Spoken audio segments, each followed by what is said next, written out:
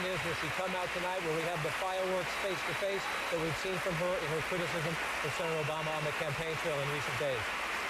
Jorge, what are you looking for tonight?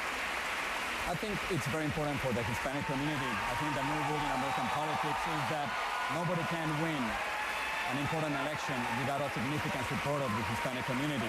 We have seen that so far, Senator Clinton has obtained the majority of the Hispanic vote. However, in the last elections, Senator Obama has been getting an increased support of the Hispanic community. So the real test is going to be in this state. It's going to be Texas. And John, quickly, Senator Clinton, has been calling for more debates. Obama's only agreed to these two. Senator Obama has. She has more at stake here. She does have more at stake, and they were just joking about that backstage. And Senator Obama said, gee, what a shame we only have one more. He didn't mean it as he's ready to do more. He believes he's in the driver's seat right now, Campbell. He's fine with this debate, the one more they will have in Ohio. He believes he is in a commanding position right now. All right, and we just have a few more minutes here where the candidates are both taking some photos with local officials. That's the president of the University of Texas, who is one of the hosts here tonight, along with the LBJ Library and, of course, the city of Austin, an exuberant host, we should say. And the candidates are about to take their seats.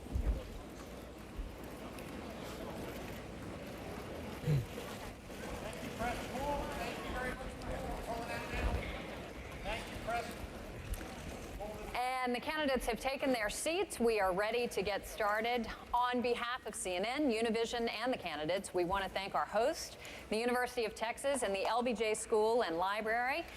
And now I want to give you an idea of what to expect over the next 90 minutes or so. We want to have a real conversation between these two candidates on the issues important to Texas and the entire nation. So we won't have any hard and fast rules for them to follow. We simply ask the candidates to keep their answers to a reasonable length and to stay on point. And we have given the candidates the opportunity to make opening statements. The order was determined by a draw. Senator Obama won the draw and elected to go second. So please go ahead, Senator Clinton. Well, thank you, and I am just delighted to be back here in Austin. You know, nearly 36 years ago, I came to Austin for my very first political job, and that was registering voters in South Texas. And I had the great privilege of living for a while in Austin and in San Antonio, and meeting people and making friends that have stayed with me for a lifetime.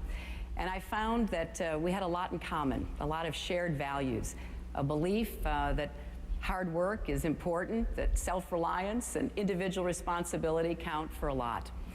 And among the people whom I got to know, who became not only friends but heroes, were Barbara Jordan, who taught me a lot about courage. And today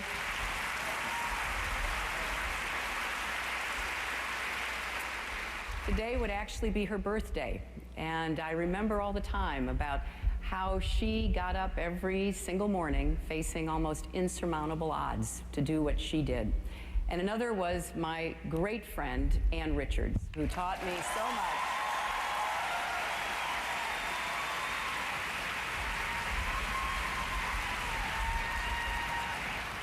about determination.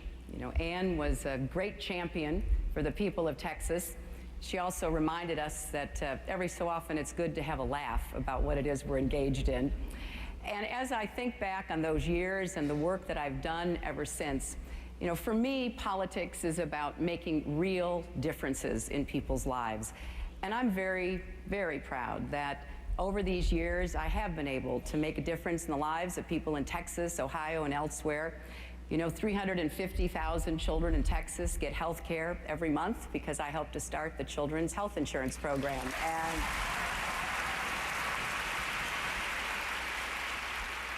21,000 National Guard and Reserve members get access to health care because I went across the party line and joined up with a Republican senator to make that happen.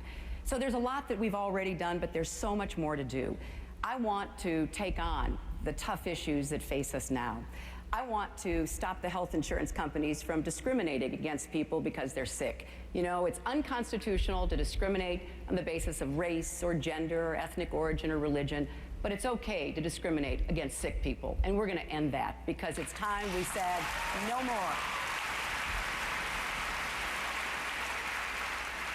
And I want to continue the work that I've done in the Senate to take care of our veterans.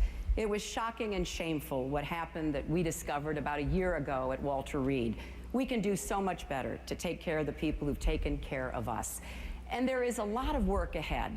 I offer a lifetime of experience and proven results.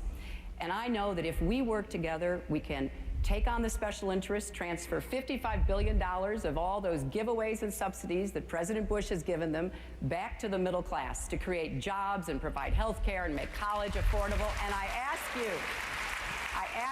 to join in my campaign. It's now up to the people of Texas, Ohio, and the other states ahead. So if you'll be part of this campaign, which is really your campaign about your futures, your families, your jobs, and your health care, we'll continue to make a difference for America. Thank you all very much. Senator Clinton, thank you. Senator Obama. Well, first of all, thank you so much to the University of Texas for hosting us, and it's a great honor to share the stage once again with Senator Clinton. I've said before that we've been friends before this campaign started. We will be friends afterwards, unified to bring about changes in this country. We are at a defining moment in our history. Our nation is at war, and our economy is increasingly in shambles. And the families of Texas and all across America are feeling the brunt of that failing economy. This week, I met a couple in San Antonio who have, as a consequence of entering into a predatory loan, are on the brink of foreclosure and are actually seeing them having to cut back on their medical expenses because their mortgage doubled in 2 weeks. I've met a young woman who gets 3 hours of sleep a night because she has to work the night shift even as she's going to school full-time and still can't afford to provide the health care for her sister who's ill. In Youngstown, Ohio, I talked to workers who have seen their plant shipped overseas as a consequence of bad trade deals like NAFTA, literally seeing equipment unbolted from the floors of factories and shipped to China, resulting in devastating job losses and communities completely falling apart. And all across America, I'm meeting not just veterans, but also the parents of those who have fallen. One mother in Green Bay gave me this bracelet in memory of a 20-year-old son who had been killed in a roadside bomb as a consequence of a war that I believe should have never been authorized and should have never been waged, and that has cost us billions of dollars that could have been invested here in the United States in roads and bridges and infrastructure and making sure that young people can go to college and that those who need health care actually get it. Now, Senator Clinton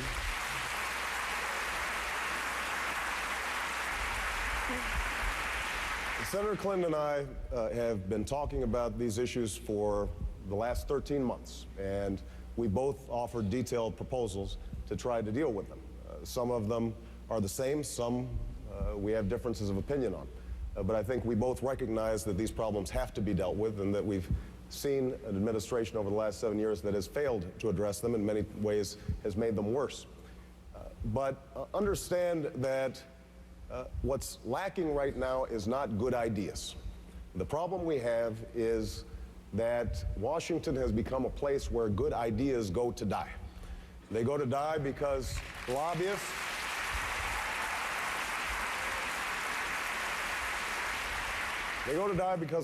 and special interests have a stranglehold on the agenda in Washington. They go to die in Washington because too many politicians are interested in scoring political points rather than bridging differences in order to get things done. And so the central premise of this campaign is that we can bring this country together, that we can push against the special interests that have come to dominate the agenda in Washington, that we can be straight with the American people about how we're going to solve these problems and enlist them in taking back their government. Senator Clinton mentioned Barbara Jordan, somebody who was an inspiration to me and so many people throughout the country. And she said that what the American people want is very simple. They want an America that is as good as its promise. I'm running for president because I want to help America be as a good meet with him until there was evidence that change was happening, because I think it's important that they demonstrate clearly that they are committed to change the direction. Then I think, something like diplomatic encounters and negotiations over specifics could take place. But we've had this conversation before, Senator Obama and myself, and I believe that we should have full diplomatic engagement where appropriate, but a presidential visit should not be offered and given without some evidence that it will demonstrate the kind of progress that is in our interest, and in this case, in the interests of the Cuban people. And Senator Obama, just to follow up, you had said in a previous CNN debate that you would meet with the leaders of Cuba, Iran, North Korea, among others, so presumably you would be willing to meet with the new leader of Cuba. That's correct. Now, keep in mind that the starting point for our policy in Cuba should be the liberty of the Cuban people. And I think we recognize that that liberty has not existed throughout the Castro regime. And we now have an opportunity to potentially change the relationship between the United States and Cuba after over half a century. I would meet without preconditions, although Senator Clinton is right that there has to be preparation. It is very important for us to make sure that there was an agenda, and on that agenda was human rights, releasing of political prisoners, opening up the press, and that preparation might take some time. But I do think that it is important for the United States not just to talk to its friends, but also to talk to its enemies. In fact, that's where diplomacy makes the biggest difference.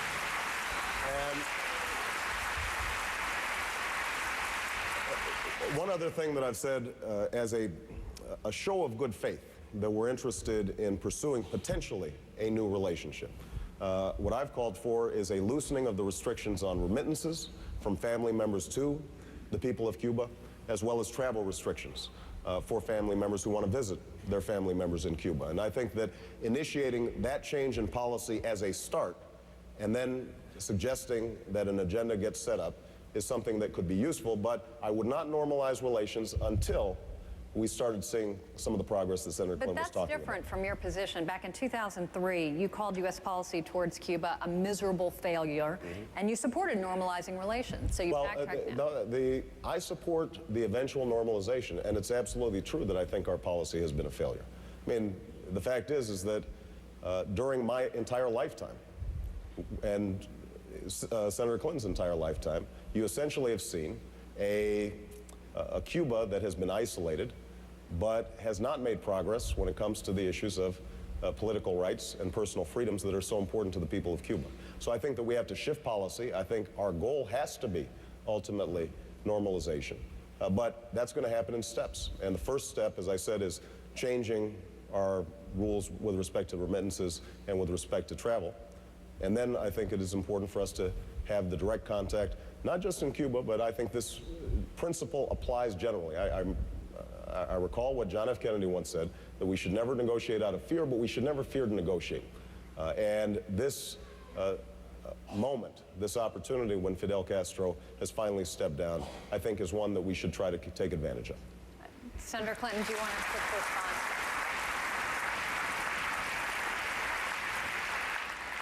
Well, I agree absolutely that we should be willing to have diplomatic negotiations and processes with anyone. I've been a strong advocate of opening up such a diplomatic process with Iran for a number of years, because I think we should look for ways that we can possibly move countries that are adversarial to us, toward the world community. It's in our interests. It's in the interests of the people in countries that, frankly, are oppressed, like Cuba, like Iran. But there has been this difference between us over when and whether the president should offer a meeting without preconditions with those with whom we do not have diplomatic relations, and it should be part of a process. But I don't think it should be offered in the beginning, because I think that undermines the capacity for us to actually take the measure of somebody like Raul Castro or Ahmadinejad and others.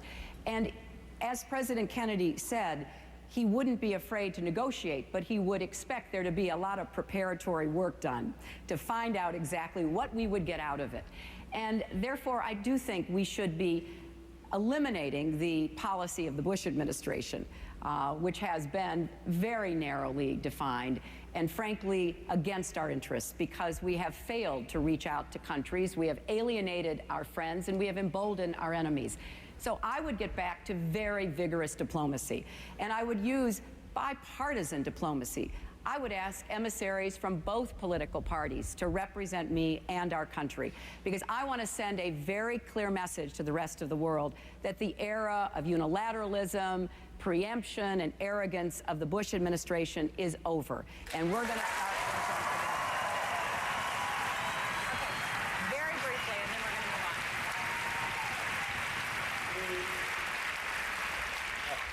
on. I think, as I said before, preparation is actually absolutely critical in any meeting. And I think it is absolutely true that either of us would step back from some of the Bush unilateralism that's caused so much damage. But I do think it is important, precisely because the Bush administration has done so much damage to American foreign relations, that the president take a more active role in diplomacy than might have been true 20 or 30 years ago. Because the problem is if we think that meeting with the president is a privilege that has to be earned, I think that reinforces the sense that we stand above the rest of the world at this point in time. And I think that it's important for us, in undoing the damage that has been done over the last 7 years, for the president to be willing to take that extra step. That's the kind of step that I would like to take as president of the United States.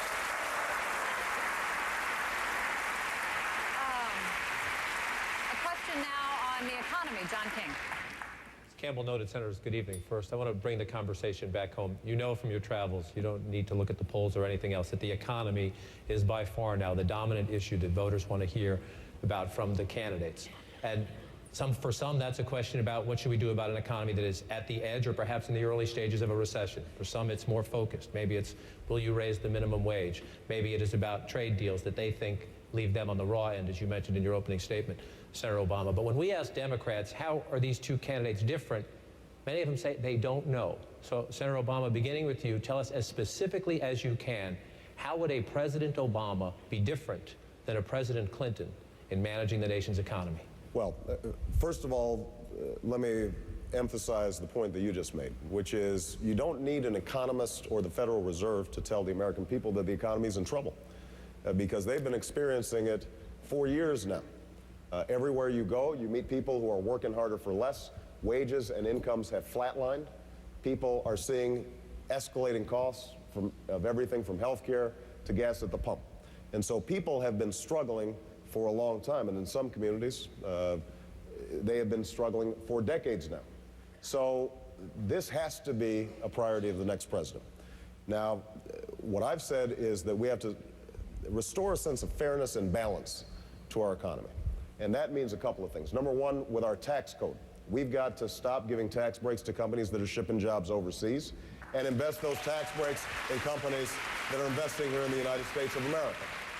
We have to end the Bush tax cuts to the wealthy and to provide tax breaks to middle-class Americans and working Americans who need them. So I've said that if you are making $75,000 a year or less, I want to give a offset to your payroll tax that will mean $1,000 extra in the pockets of ordinary Americans. Senior citizens making less than $50,000, you shouldn't have to pay income tax on your Social Security. We pay for these by closing tax loopholes and tax havens that are being manipulated.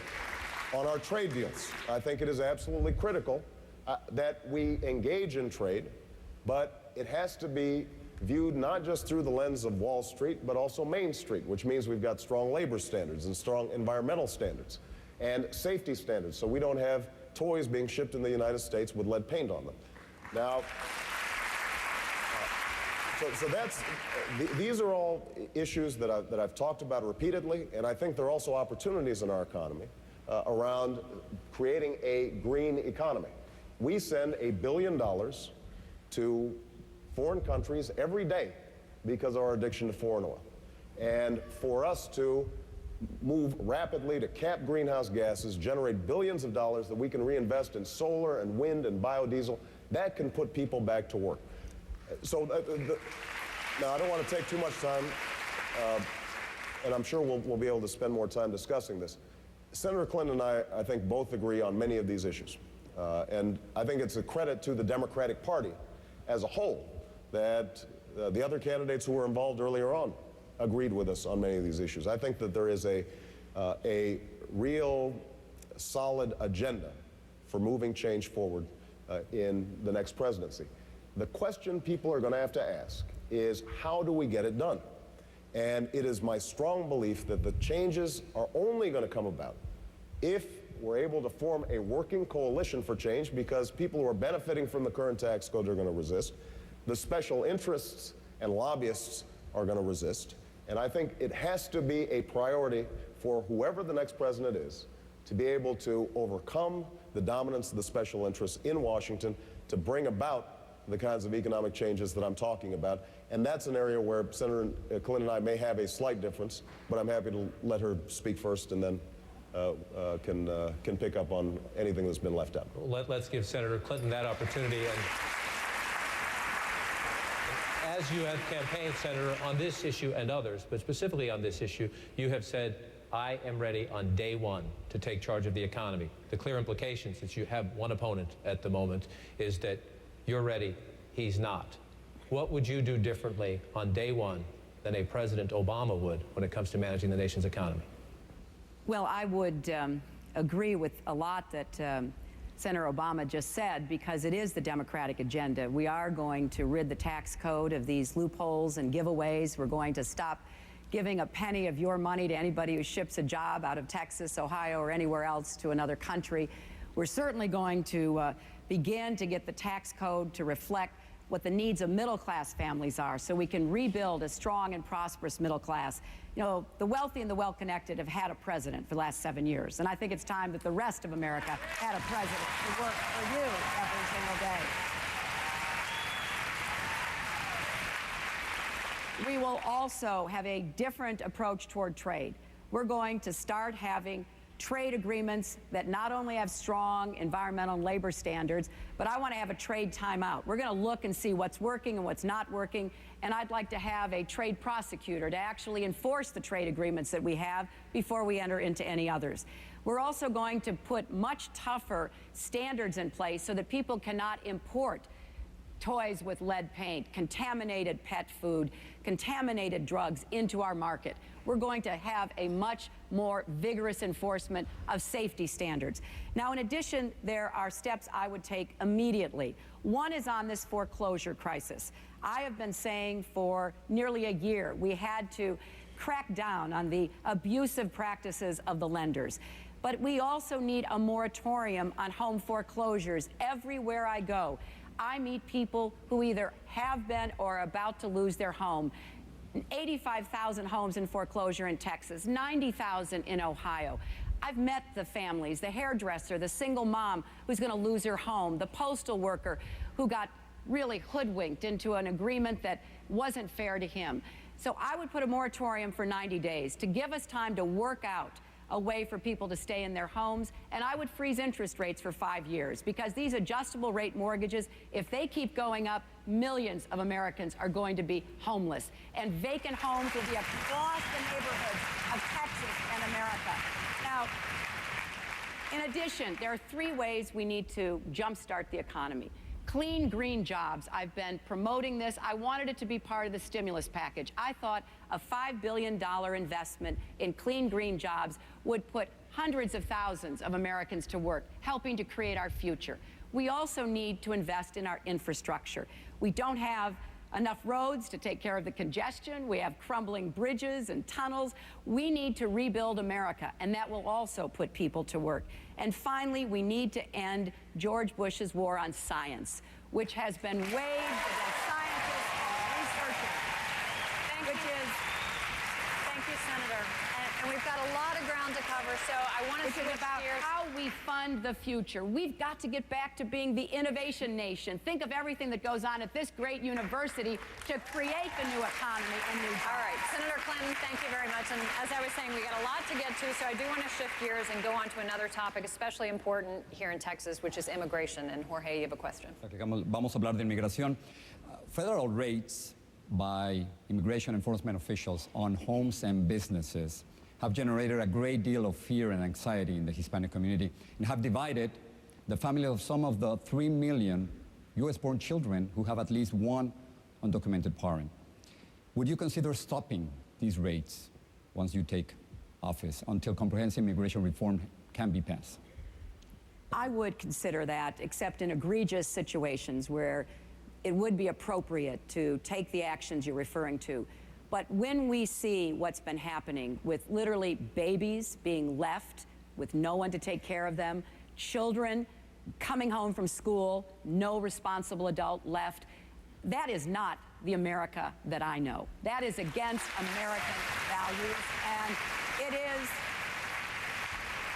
it is a stark admission of failure by the federal government. We need comprehensive immigration reform. I have been for this. I signed on to the first comprehensive bill back in 2004. I've been advocating for it. Tougher, more secure borders, of course, but let's do it the right way. Cracking down on employers, especially once we get to comprehensive immigration reform, who exploit undocumented workers and drive down wages for everyone else. I'd like to see more federal help for communities like Austin and others like Laredo, where I was this morning, that absorb the healthcare, education, and law enforcement costs. And I personally, as president, would work with our neighbors to the south to help them create more jobs for their own people.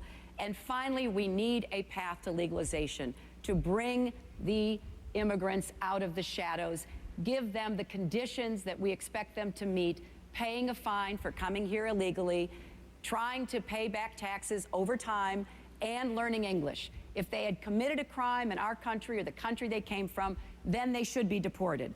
But for everyone else, there must be a path to legalization. I would introduce that in the first 100 days of my presidency.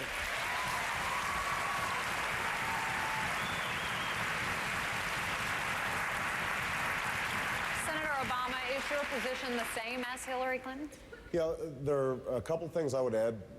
Comprehensive immigration reform is something that I've worked on extensively. 2 years ago, we were able to get a bill out of the Senate. I was one of a group of senators that helped to move it through, but it died in the House this year because it was used as a political football instead of a way of solving a problem. Nothing happened. And so there are a couple of things that I would just add to what Senator Clinton said. Number one, it is absolutely critical that we tone down the rhetoric when it comes to the immigration debate, because there has been an undertone that has been ugly. Oftentimes, it has been directed at the Hispanic community. We have seen hate crimes skyrocket in the wake of the immigration debate as it's been conducted in Washington, and that is unacceptable. We are a nation of laws and we are a nation of immigrants, and we can reconcile those two things. So we need comprehensive reform. We need comprehensive reform, and that means stronger border security. It means that we are cracking down on employers that are taking advantage of undocumented workers because they can't complain if they're not paid a minimum wage. They can't complain if they're not getting overtime. Worker safety laws are not being observed. We have to crack down on those employers, although we also have to make sure that we do it in a way that doesn't lead to people with Spanish surnames being discriminated against. So there's got to be a safeguard there. We have to require that undocumented workers who are provided a pathway to citizenship not only learn English, pay back taxes, and pay a significant fine, but also that they're going to the back of the line so that they're not getting citizenship before those who have applied legally. Which raises two last points. Number one, it is important that we fix the legal immigration system, because right now we've got a backlog that means years for people to apply legally. And what's worse is we keep on increasing the fees so that if you've got a hardworking immigrant family they've got to hire a lawyer, they've got to pay thousands of dollars in fees, they just can't afford it. And it's discriminatory against people who have good character, we should want in this country, but don't have the money. So we've got to fix that. The second thing is we have to improve our relationship with Mexico and work with the Mexican government so that their economy is producing jobs on that side of the border. And the problem that we have is that we have had an administration that came in promising all sorts of leadership on creating a U.S.-Mexican relationship, and frankly, President Bush dropped the ball. He has been so obsessed with Iraq that we have not seen the kinds of outreach and cooperative work that would ensure that the Mexican economy is working not just for the very wealthy in Mexico, but for all people. And that's a policy that I'm going to change when I'm president of the United States. We're going to stay with this topic. I want to have John King ask another question. Go ahead, John. I want to stay on the issue, but move to a controversial item that was not held up when the immigration debate collapsed in Washington, and that is the border fence. To many Americans, it is a simple question of sovereignty and security. America should be able to keep people out that it doesn't want in. But as you know, in this state, especially if you go to the south of here along the border and in other border states, to many people it's a much more personal question. It could be a question of their livelihood, could be a question of cross-border trade, might be an issue to a rancher of property rights, might be a simple question of whether someone can take a walk or a short drive to see their family members. Senator, back in 2006, you voted for the construction of that fence. As you know, progress has been slow. As President of the United States, would you commit tonight that you will finish the fence and speed up the construction, or do you think it's time for a President of the United States to raise his or her hand and say, you know what, wait a minute, let's think about this again. Do we really want to do this? Well, I think both Senator Obama and I voted for that as part of the immigration debate. And having been along the border for the last week or so, in fact, last night I was at the University of Texas at Brownsville. And this is how absurd this has become under the Bush administration, because you know there is a smart way to protect our borders and there is a dumb way to protect our borders. And what I learned last night when I was there with Congressman Ortiz is that the University of Texas at Brownsville would have part of its campus cut off. This is the kind of absurdity that we're getting from this administration. I know it because I've been fighting with them about the northern border. Their imposition of passports and other kinds of burdens are separating people from families, interfering with business and commerce, the movement of goods and people. So what I've said is that I would say, wait a minute, we need to review this. There may be places where a physical barrier is appropriate. I think when both of us voted for this, we were voting for the possibility that where it was appropriate and made sense, it would be considered. But as with so much, the Bush administration has gone off the deep end. And they are unfortunately coming up with a plan that I think is counterproductive. So I would have a review. I would listen to the people who live along the border, who understand what it is we need to be doing to protect our country. Let me go on, and again, sorry, John. Does that mean that you think your vote was wrong or the implementation of it was wrong? Because as you know, when they first built the fence in San Diego area, it only went so far. And what it did was it stopped the people coming straight up the path of where that was built, and they simply moved. And California's problem became Arizona's problem.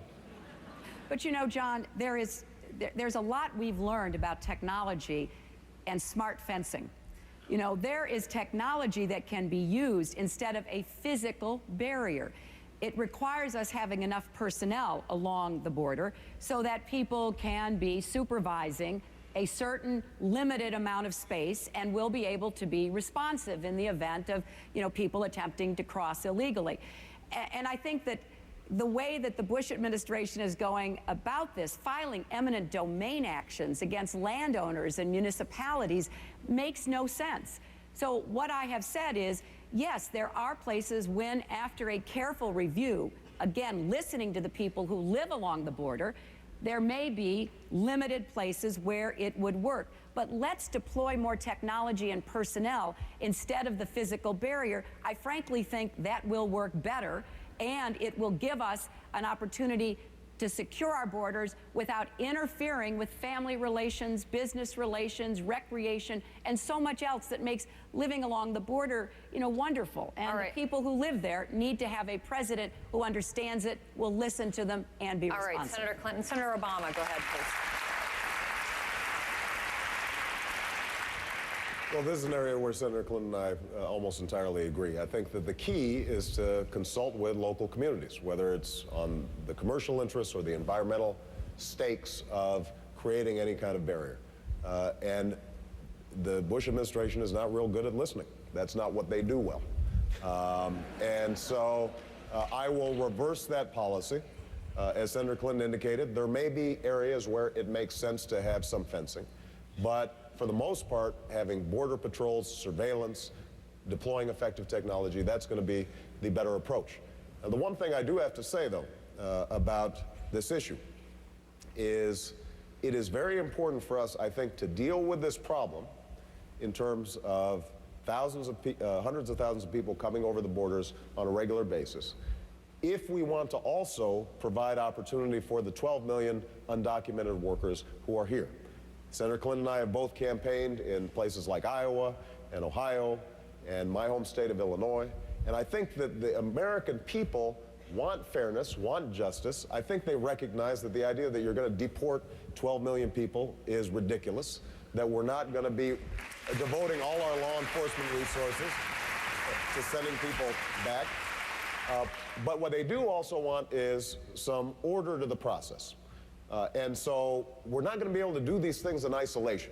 We're not going to be able to deal with the 12 million people who are living in the shadows and give them a way of getting out of the shadows if we don't also deal with the problem of this constant influx of undocumented workers. And that's why I think comprehensive reform is so important. That's the kind of leadership that I've shown in the past. That's the kind of leadership that I'll show in the future. One last point I want to make on the immigration issue, because we may be moving to different topics. Something that we can do immediately that I think is very important is to pass the DREAM Act, which allows children who, through no fault of their own, are here, but have essentially grown up as Americans, allow them the opportunity for higher education. I do not want two classes of citizens in this country. I want everybody to prosper. That's going to be a top priority.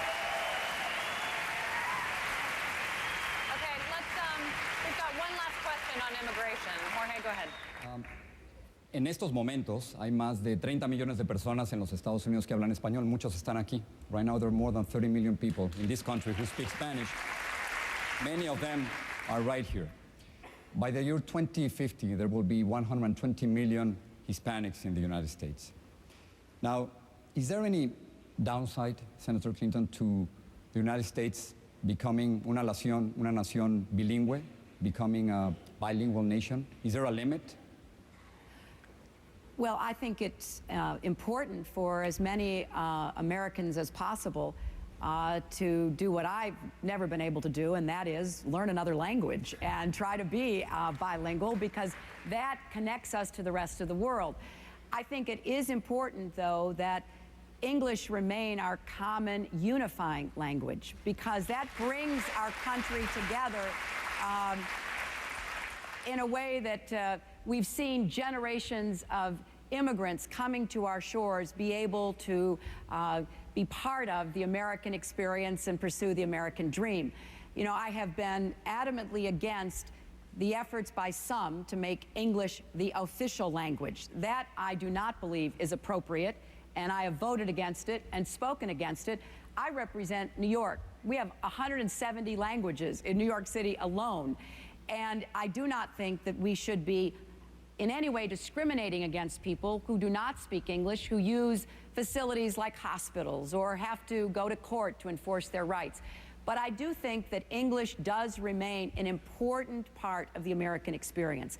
So I encourage people to become bilingual, but I also want to see English remain the common unifying language of our country. Senator Obama, is there any downside to the United States becoming a bilingual nation? Well, I think it is important that everyone learns English and that we have that process of binding ourselves together as a country. I think that's very important. I also think that every student should be learning a second language because,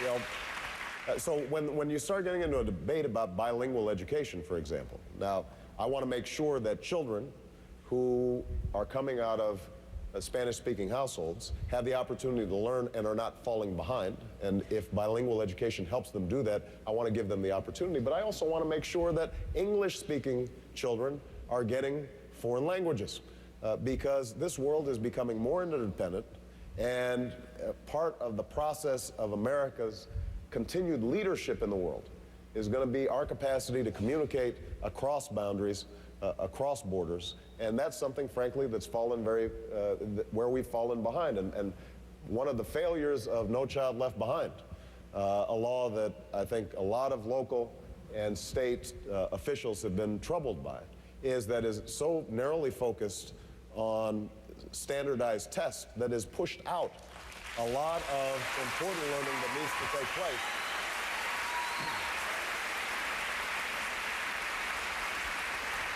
And foreign languages is one of those areas that I think has been neglected. I want to put more resources into it. All right, we're going to take a quick break. We've got to go to a commercial. We'll be back with a lot more. There's also a debate we should mention raging online right now. So go to our website, cnnpolitics.com, to join in. The debate here at the University of Texas in Austin continues right after this.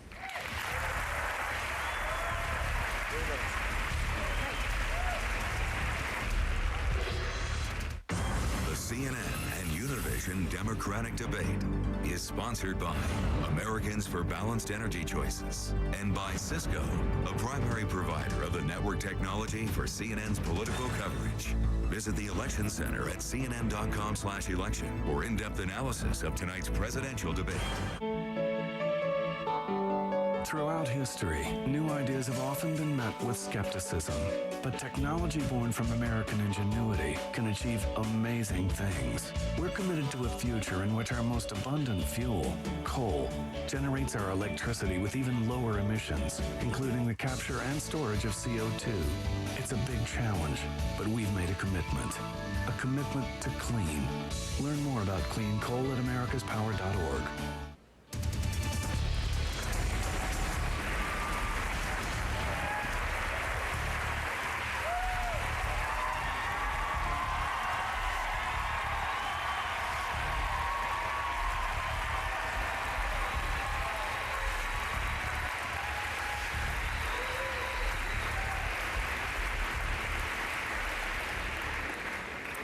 We are back. We're here in Austin, Texas, the capital city. Welcome back to the Texas Democratic Debate at the University of Texas, Austin. The first question now goes to John King. Senators, I'm sitting here. We're about 45 minutes into the discussion tonight, and I'm having what I like to call one of those parallel universe moments. I've been watching each of you give speeches in arenas not unlike this one individually. And the tone is often quite different than the very polite, substantive discourse we've had tonight. And so I want to ask you about that. There are times when each of you seems to call into question the other one's credibility or truthfulness. And Senator Clinton, I want to talk specifically about some words you've spoken here in the state of Texas over the past couple of days. You've said, quote, "My opponent gives speeches, I offer solutions." You said the choice for Democrats in this campaign is, quote, talk versus action. Now, in a campaign that some of us are old enough to remember, maybe not many of the students here, this would be called the where's the beef question. But since we're in Texas, I'd like to borrow a phrase that they often use here, and you've used yourself in the context of President Bush. Are you saying that your opponent is all hat and no cattle? And can you say that after the last 45 minutes? Well, I have said that about President Bush, and I think our next president needs to be a lot less hat and a lot more cattle.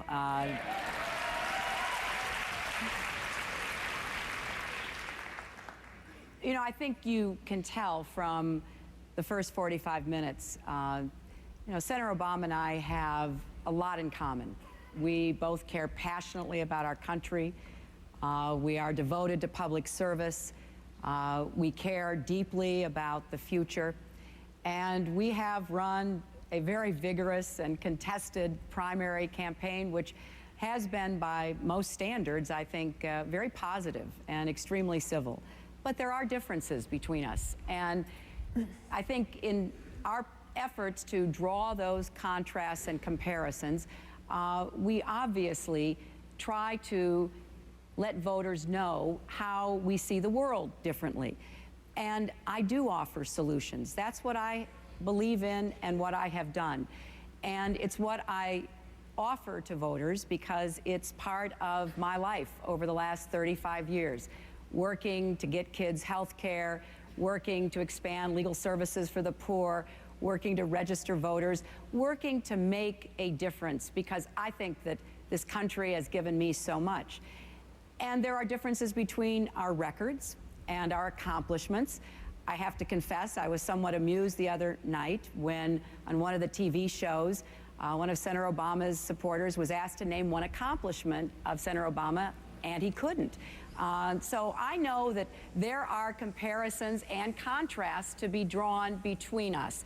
And it's important that voters get that information. So yes, I do think that words are important and words matter, but actions speak louder than words. And I offer that to the public. Senator Obama, go ahead. Senator Obama, do you want to respond? Well, I think actions do speak louder than words, which is why over the 20 years of my public service, I have acted a lot to provide health care to people who didn't have it, to provide tax breaks to families that needed it, to reform a criminal justice system that had resulted in wrongful convictions, to open up our government and to pass the toughest ethics reform legislation since Watergate, to make sure that we create transparency, in our government so that we know where federal spending is going and it's not going to a bunch of boondoggles and earmarks that are wasting taxpayer money that could be spent on things like early childhood education. You know, I think if you talk to those wounded warriors of Walter Reed who, prior to me getting to the Senate, were having to pay for their meals and have to pay for their phone calls to their family while they're recovering from amputations, I think they'd say that I've engaged not just in talk, but in action. Now,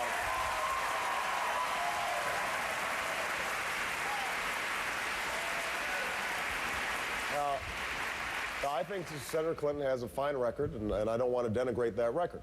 I do think there is a fundamental difference between us in terms of how change comes about. You know, Senator Clinton of late has said, let's get real. And the implication is that you know, the people who've been voting for me or involved in my campaign are somehow delusional. And that you know, the 20 million people who've been paying attention to 19 debates and the editorial boards all across the country at newspapers who've given me endorsements, including every major newspaper here in the state of Texas,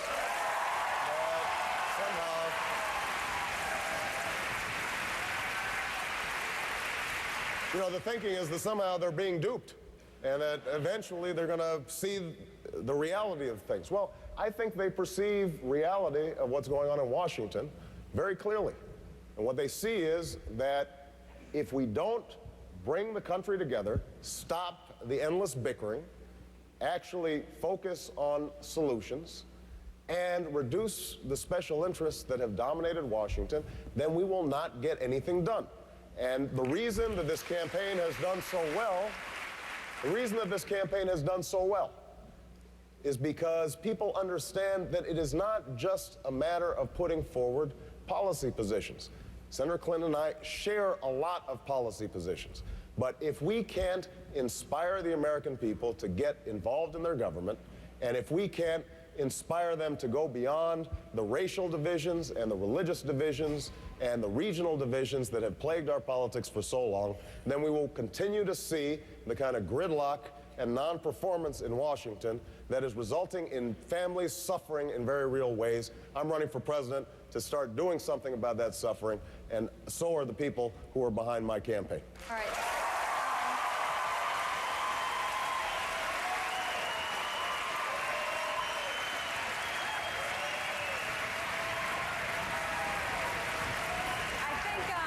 I think one of the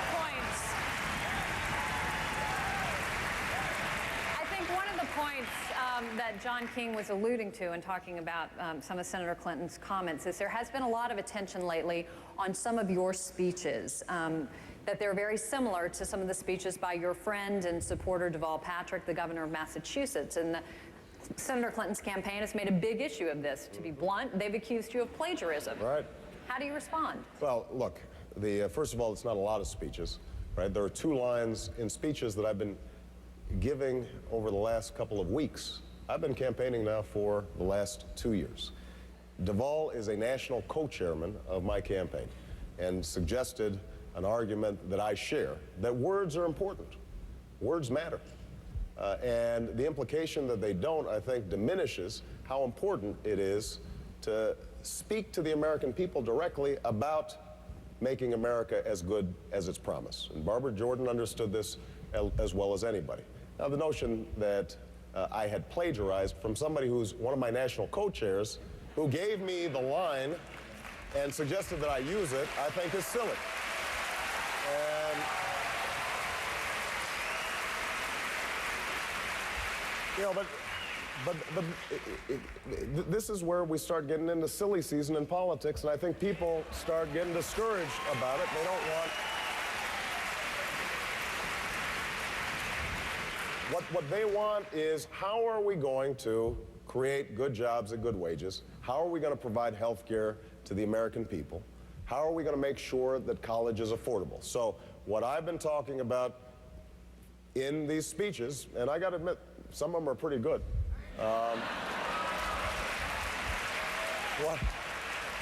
What I've been talking about is not just hope and not just inspiration. It's a $4,000 tuition credit for every student every year in exchange for national service so that college becomes more affordable.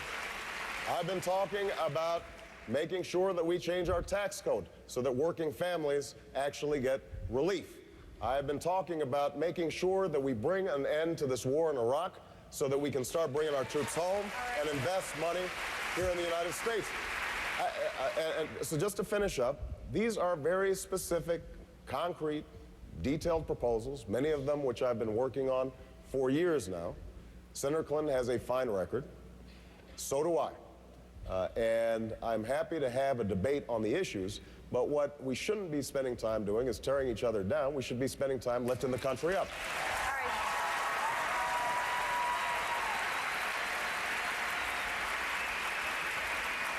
Senator Clinton, is it the silly season? Well, I think that if your candidacy is going to be about words, then they should be your own words. That's, I think, a very simple proposition. And, lifting whole passages from someone else's speeches is not change you can believe in. It's change you can Xerox. And I just don't think. No, but but Barack, it is, because if you look at the YouTube of these videos, it does raise questions. Now, there is no doubt that you are a passionate, eloquent speaker, and I applaud you for that. But when you look at what we face in this country, we do need to unite the country, but we have to unite it for a purpose around very specific goals. It is not enough to say, let's come together.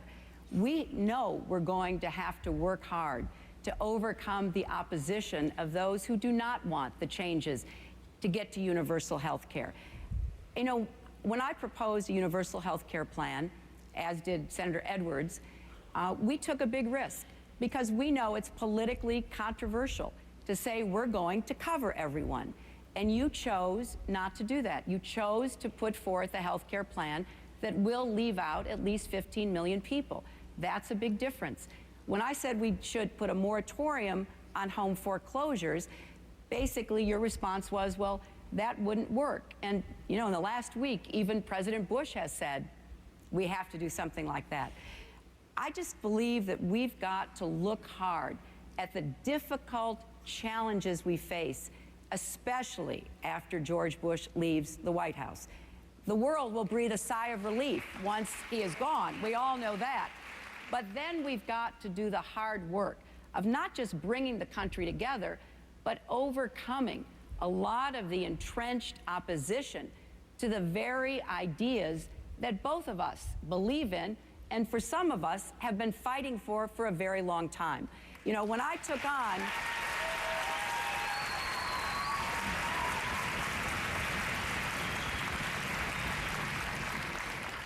on universal health care back in '93 and '94, it was against a firestorm of special interest opposition.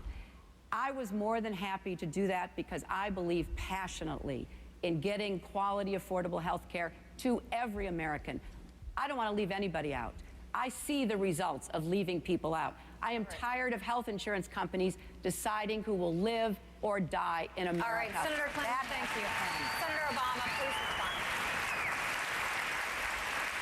respond. Well, I think that Senator Clinton mentioned two specific issue areas where we've got some differences, and I'm happy to debate those, which is what I think should be the focus of this campaign. We both want universal health care.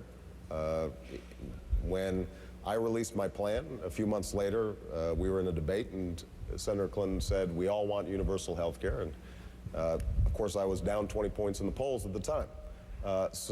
And so my plan was pretty good. It's not as good now. But my plan hasn't changed. The politics have changed a little bit. We both, 95% of our plans are similar. We both want to set up a system in which any person is going to be able to get coverage that is as good as we have as members of Congress. And we are going to subsidize those who can't afford it. We're going to make sure that we reduce costs by emphasizing prevention, and I want to make sure that we're applying technology to improve quality, cut bureaucracy. Now, I also want to make sure that we're reducing costs for those who already have health insurance. So we put in place a catastrophic reinsurance plan that would reduce costs by $2,500 per family per year. So we've got a lot of similarities in our plan. We've got a philosophical difference, which we've debated repeatedly, and that is that Senator Clinton believes the only way to achieve universal health care is to force everybody to purchase it. And my belief is the reason that people don't have it is not because they don't want it, but because they can't afford it.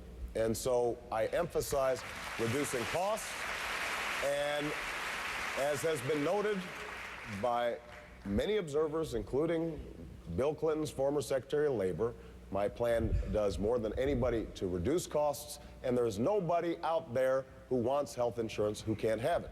Now, there are legitimate arguments for why Senator Clinton and others have called for a mandate, and I'm happy to have that debate. But the notion that I am leaving 15 million people out somehow implies that we are different in our goals of providing coverage to all Americans. And that is simply not true. We think that there's going to be a different way of getting there. One last point I want to make on the health care front. I admire the fact that Senator Clinton tried to bring about health care reform back in 1993. She deserves credit for that. But I've said before, I think she did it in the wrong way, because it wasn't just the fact that the insurance companies and the drug companies were battling her, and no doubt they were. It was also that Senator Clinton and the administration went behind closed doors, excluded the participation even of Democratic members of Congress who had slightly different ideas than the ones that Senator Clinton had put forward. And as a consequence, it was much more difficult to get Congress to cooperate. And I've said that I'm going to do things differently. I think we have to open up the process. Everybody has to have a seat at the table. And most importantly, the American people have to be involved and educated about how this change is going to be brought about. The point is this. You know, we can have great plans, but if we don't change how the politics is working in Washington, then neither of our plans are going to happen. And we're going to be 4 years from now debating once again how we're going to bring universal health care to this country. All right, That's not something I want to do. We've got some time constraints here, so we've got to take another real quick break. Stay with us. We've got a lot more ahead. You can compare the candidates on the issues anytime. Just go to our website, cnnpolitics.com. A lot more ahead here at the University of Texas. We'll be right back.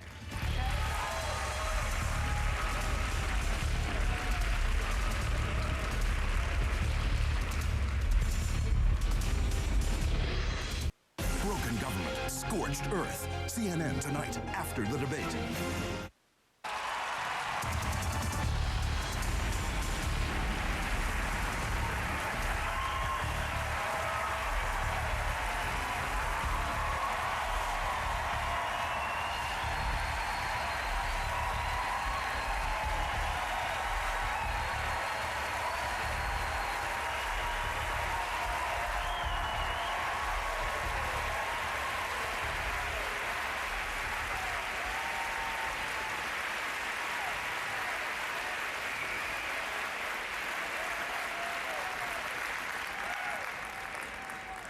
Enthusiastic crowd here at the University of Texas. Welcome back to the Texas Democratic debate. Let's get right to it. Jorge Ramos with the next question. Campbell, Senator Clinton, yesterday you said, and I'm quoting, "One of us is ready to be commander-in-chief." Are you saying that Senator Obama is not ready and not qualified to be commander-in-chief? Well, I believe that I am ready and I am prepared, and I will leave that to voters to decide. But I want to get back to health care because I didn't get a chance to respond after Senator Obama finished. Now, let me finish, Tori, because this is a significant difference. You know, Senator Obama has said it's a philosophical difference. I think it's a substantive difference. He has a mandate for parents to be sure to insure their children. I agree with that. I just know that if we don't go and require everyone to have health insurance, the health insurance industry will still game the system. Every one of us with insurance will pay the hidden tax of approximately $900 a year to make up for the lack of insurance. And, you know, in one of our earlier debates, John Edwards made a great point. It would be as though Social Security were voluntary. Medicare, one of the great accomplishments of President Johnson, was voluntary. I do not believe that is going to work. So it's not just a philosophical difference. You look at what will work and what will not work. If you do not have a plan that starts out attempting to achieve universal health care, you will be nibbled to death, and we will be back here with more and more people uninsured and rising costs. We appreciate that you want to make a point, Senator Obama. We have limited time, so I would like Jorge to move on to another subject, or we're going to be out of time. I understand, but I think that Senator Clinton made she's making a point, and I think I should have the opportunity to respond very briefly, and I'll try to make it as quick as possible. Absolutely. Number one, understand that when Senator Clinton says a mandate, it's not a mandate on government to provide health insurance. It's a mandate on individuals to purchase it. And Senator Clinton is right. We have to find out what works. Now, Massachusetts has a mandate right now. They have exempted 20% of the uninsured because they've concluded that that 20% can't afford it.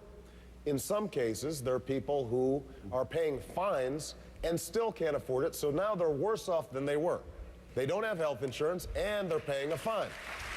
And in order for you to force people to get health insurance, you've got to have a very harsh, stiff penalty. And Senator Clinton has said that we will go after their wages. Now, this is a substantive difference, but understand that both of us seek to get universal health care. I have a substantive difference with Senator Clinton on how to get there. Okay. All right. Wait a minute. No, this is too important. This is the number one issue that people talk to me about. You know, when a mother grabs my arm and says, I can't get the operation my son needs because I don't have health insurance, it is personal for me. And I just fundamentally disagree. You know, Senator Obama's plan has a mandate on parents and a fine if parents do not insure their children. That's right. Because he recognizes that unless we have some kind of restriction, we will not get there. He's also said that if people show up at the hospital sick without health insurance, well, maybe at that point you can fine them. We would not have a social compact with Social Security and Medicare if everyone did not have to participate. I want a universal health care plan. Now that mother who is desperate to get health care for her child will be able to get that health care under my plan. Point number one. Point number two, the reason a mandate for children can be effective is we've got an ability to make affordable health care available to that child right now. There are no excuses. If a parent is not providing health care for that child, it's because the parent's not being responsible under my plan, and those children don't have a choice. But I think that adults are going to be able to see that they can afford it under my plan, they will get it under my plan, and it is true that if it turns out that some are gaming the system, then we can impose potentially some penalties on them for gaming the system. But the notion that somehow I am interested in leaving out 15 million people without health insurance is simply not true. All right. Well, we disagree on that. Okay, let's let Jorge re-ask his question because I don't think anyone remembers what it was. Let me try again, and not in Spanish, okay? So here we go again. Because we also believe the war in Iraq is very important. And here's the question. Are you suggesting that Senator Obama is not ready, he doesn't have the experience to be commander-in-chief? That's the question. What did you mean by that phrase? Well, what I mean is that, for more than 15 years, I've been honored to represent our country in more than 80 countries, to negotiate on matters such as opening borders for refugees during the war in Kosovo, to stand up for women's rights as human rights around the world. I've served on the Senate.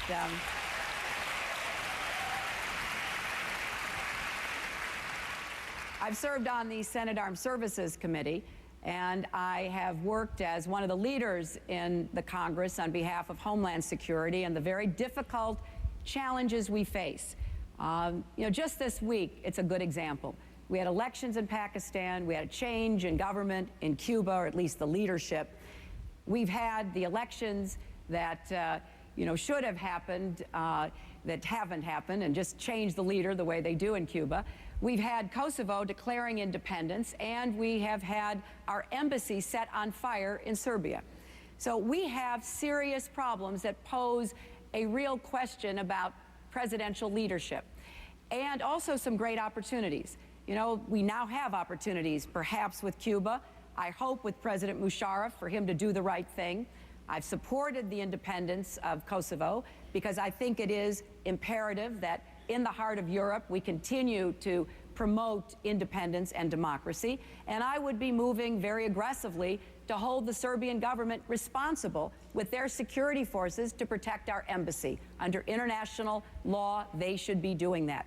So when you think about everything that is going to happen, what we can predict and what we cannot predict, I believe that I am prepared and ready on day one to be commander-in-chief, to be the president, to turn our economy around, and to begin making a lot of these very difficult decisions that we will inherit from George Bush. And that is what I am putting forth to the voters.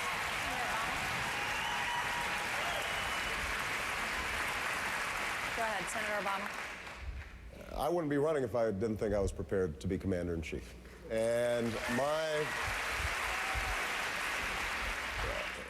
my number one job as president will be to keep the American people safe. And I will do whatever is required to accomplish that. And I will not hesitate to act against those that would do America harm. Now, that involves maintaining the strongest military on earth, which means that we are training our troops properly and equipping them properly and putting them on proper rotations. And there are an awful lot of families here in Texas who have been burdened under 2 and 3 and 4 tours because of the poor planning of the current commander-in-chief. And that will end when I'm president. But it also means using our military wisely.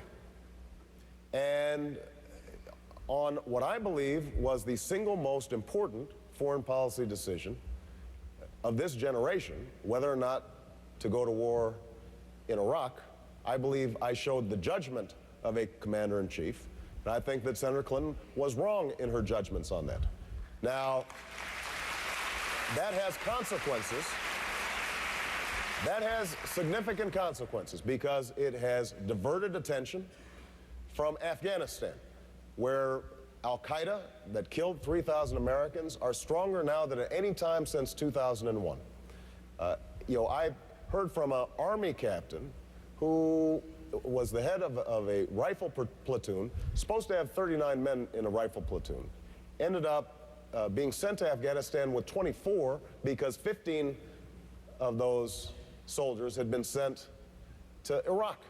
And as a consequence, they didn't have enough ammunition, they didn't have enough Humvees. They were actually capturing Taliban weapons because it was easier to get Taliban weapons than it was for them to get properly equipped by our current commander-in-chief. Now, that's a consequence of bad judgment.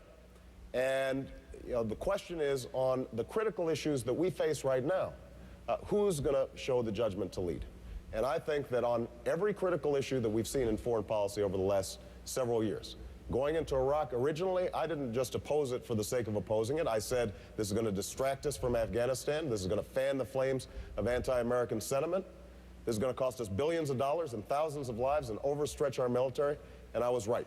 On the question of Pakistan, which Senator Clinton just raised, we just had an election there. But I've said very clearly that we have put all our eggs in the Musharraf basket. That was a mistake. We should be going after al-Qaeda and making sure that Pakistan is serious about hunting down terrorists as well as expanding democracy. And I was right about that. On the issues that have come up that a commander-in-chief is going to have to make decisions on, I have shown the judgment to lead. That is the leadership that I want to show when I'm president of the United States. All right, Senator Clinton, we're going to stay with this and stay on Iraq. John King?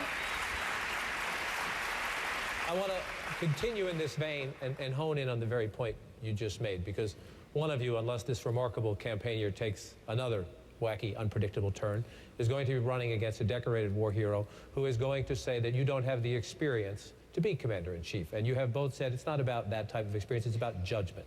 You both had to make a judgment a short time ago in your job in the United States Senate about whether to support the surge. And as that was going on, Senator Clinton, you had the commanding general in Iraq before you, and you said, I think that the reports you provide to us really require the willing suspension of disbelief. Your words to General Petraeus. I want you to look at Iraq now and listen to those who say the security situation is better. Ideal? No, but better. Some say significantly. In recent days, even some steps toward the political reconciliation. Is Iraq today better off than it was 6 months or a year ago because of the surge? Well, John, I think you forget a very important premise of the surge. The rationale of the surge was to create the space and time for the Iraqi government to make the decisions that only it can make. Now, there is no doubt, given the skill and the commitment of our young men and women in uniform, that putting more of them in will give us a tactical advantage and will provide security in some places, and that has occurred. But the fact is that the purpose of it has not been fulfilled. The Iraqi government has slowly inched toward making a few of the decisions in a less than complete way, but it hasn't taken advantage of the sacrifice and the losses of life and billions of dollars that have occurred since the surge began. That is why I have said, upon taking office, I would ask the Secretary of Defense and the Joint Chiefs of Staff and my security advisors to give me a plan so that I could begin withdrawing our troops within 60 days. And I would begin that with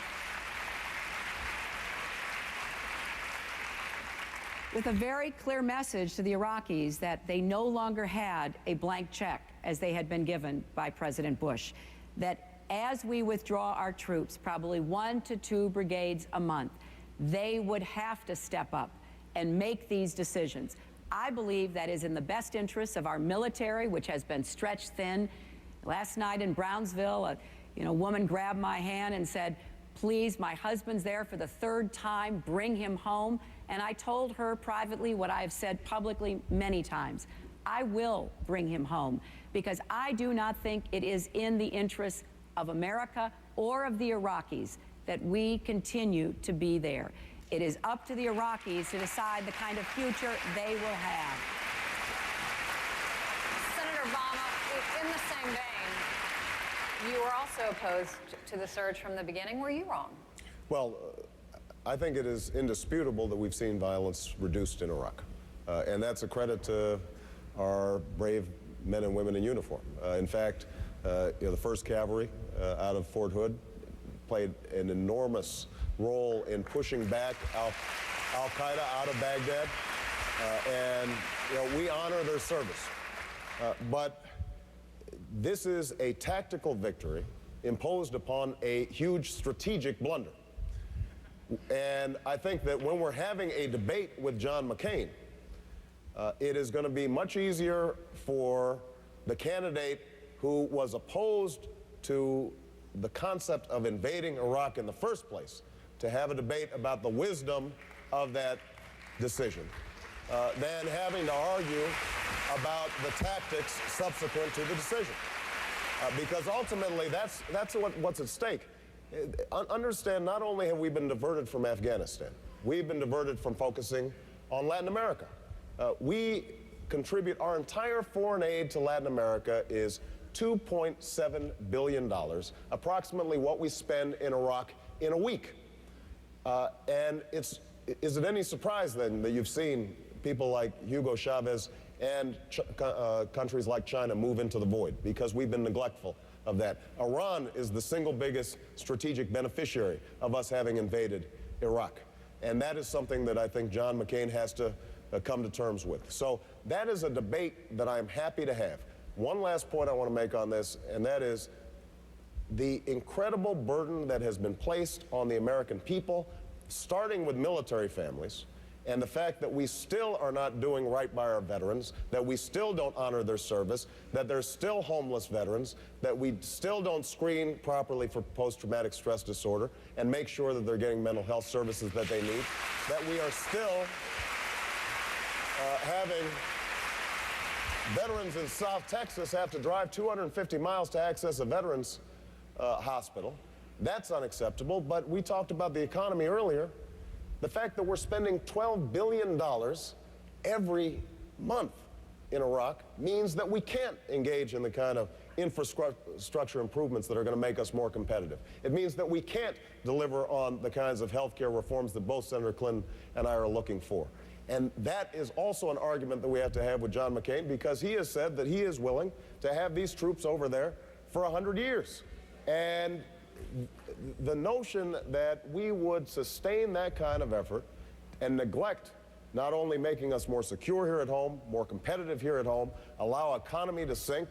John McCain says he doesn't really understand the economy that well. It is clear from his embrace of George Bush's policies that he doesn't. And that's what I intend to change when I'm President of the United States of America. All right, we've got to take another quick break. We've got a lot more ahead. Stay with us. We'll be right back.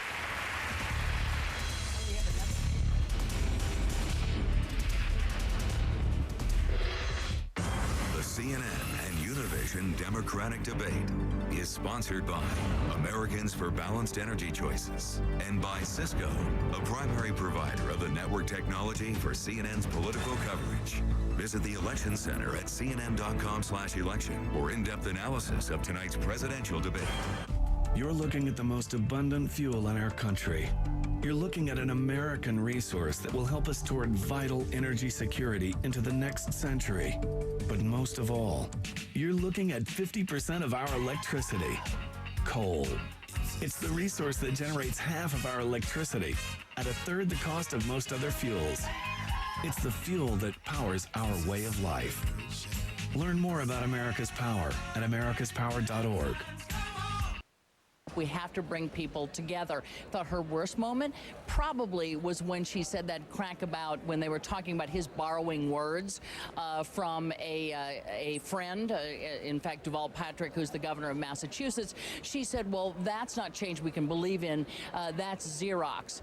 She got booed for that. So that was an interesting moment, but one that didn't quite work for her. Substantively, I think probably the Cuba exchange was the one with the meat in it. Now, they went over old territory. That is that he has always said that he would be willing to sit down with our enemies. She has always said, look, there has to be lots and lots of diplomatic work before I would ever do that. The changeover in the regime in Cuba, or what we believe will be a changeover, at least the exit of Fidel Castro, that brought them around to that argument again. He stuck with it, saying I'd have to have an agenda, but yes, I would sit down with the successor to Fidel Castro. So I think substantively, that's where the news was. And I think that the rest of it was they're trying to get across their ideas and, again, trying to do that connection. I thought, in fact, Barack Obama probably gave us his best performance tonight. That format seems to suit him when they're sitting down. But she, as always, was great. What effect will this all have? If what she wanted to do was trip him up tonight, didn't seem like he did it. Again, though, a very strong performance, I thought, from both of them, Anderson. A question of expectations going into it, what each candidate needed to do. Candy gave the recap. We'll be showing you all of those moments that Candy talks about over the next hour and 10 minutes of our coverage. Let's get some other quick takes from our political panel. One of the members will be happy to hear me compare it to the 1927 Yankees. The heavy hitters include CNN senior analyst Gloria Borger, Jeffrey Toobin, and David Gergen, joined as well by CNN political contributor and Democratic strategist Donna Brazile, who we should also note happens to be a superdelegate. Good to see you all tonight. David Gergen, your take. I thought it was a very even performance by both of them. What was interesting about Barack Obama, when you go back to the first debate in this series in New Hampshire, she just clobbered him. He was very tentative, and how much he's changed and improved over time. Is confident tonight, self-effacing. I thought he was very, very effective. I did not think she was landing money blows against him until the very last moment. And that last statement by her was the most effective moment she's had on television, I believe, since the New Hampshire primary, since that crying moment.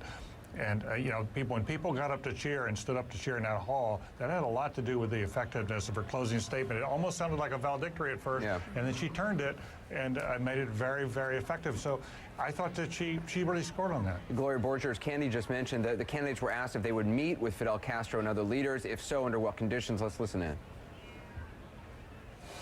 I'm going to be looking for some of those changes, releasing political prisoners, ending some of the oppressive practices on the press, opening up the economy. Of course, the United States stands ready, and as president, I would be ready to reach out and work with a new Cuban government once it demonstrated that it truly was going to change that direction. I would meet without preconditions, although Senator Clinton is right that there has to be preparation.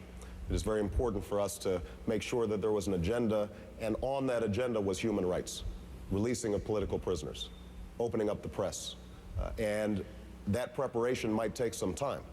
But I do think that it is important for the United States not just to talk to its friends, but also to talk to its enemies. This harkens back to a question in the CNN YouTube Democratic debate where Obama was criticized for saying basically just that. How do you think he did tonight? Well, I think he's developed a more nuanced position, as we say. He's evolved. He now believes that there have to be certain kinds of preconditions, or as he calls it, preparations, Anderson. And so I think he has essentially moved a little bit towards the middle on Hillary Clinton on this. But I think what we saw tonight overall were two candidates who don't have very many differences. We've seen this in debate after debate after debate. They've got their differences with the Republican Party, and their differences tonight, this huge argument, Anderson, over health care, in which they really don't have a major difference. So what the voters in Texas and Ohio are going to be looking at is who these people are. And I agree with David Gergen. In Hillary Clinton's last answer, I think we saw more of who she really is than we have since New Hampshire. We're looking at live pictures again. Barack Obama, Hillary Clinton still on the stage in Austin, Texas, greeting their well-wishers. Jeffrey Toobin, Obama had to deflect criticism this week for allegations that he lifted chunks of his speech from Deval Patrick. He was asked about it. Senator Clinton was asked about it. I want to play that for our viewers as well. The notion that I had plagiarized from somebody who's one of my national co-chairs, who gave me the line and suggested that I use it, I think is silly.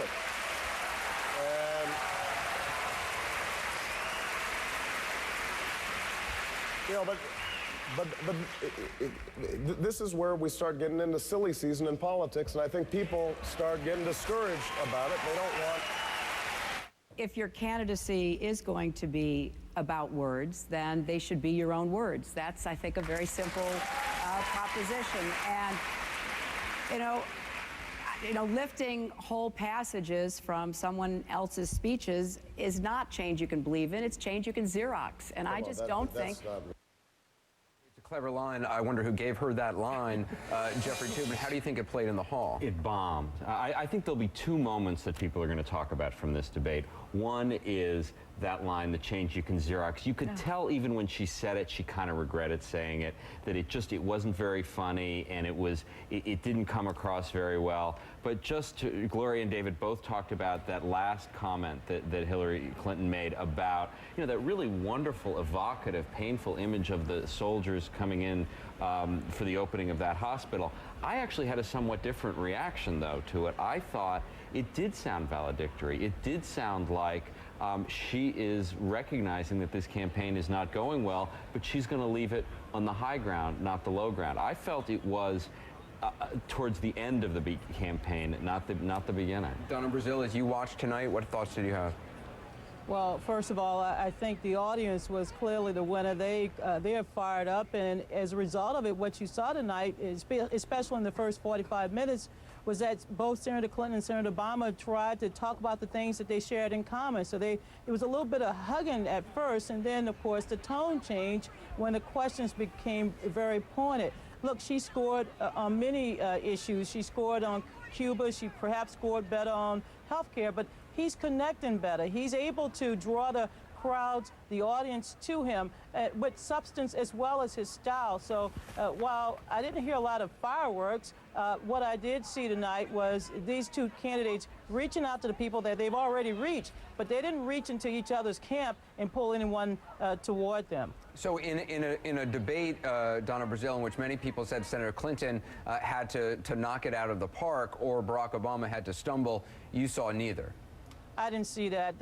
No, I think Senator Clinton wanted to, because you heard her coming back again and again on health care, coming back again and again on her experience ready. But Senator Obama seemed to have this frame that, that's old stuff. That's not how we bring the country together. That's not how we create the change that we want to see to help the families struggling with paying their mortgages. So on that note, I think they scored points to bring their people into their corner, but not to bring someone else with them. Gloria Borgia, do you believe this changes? And we're going to look at dial testing in this next hour. Do you think this changes the dial, though?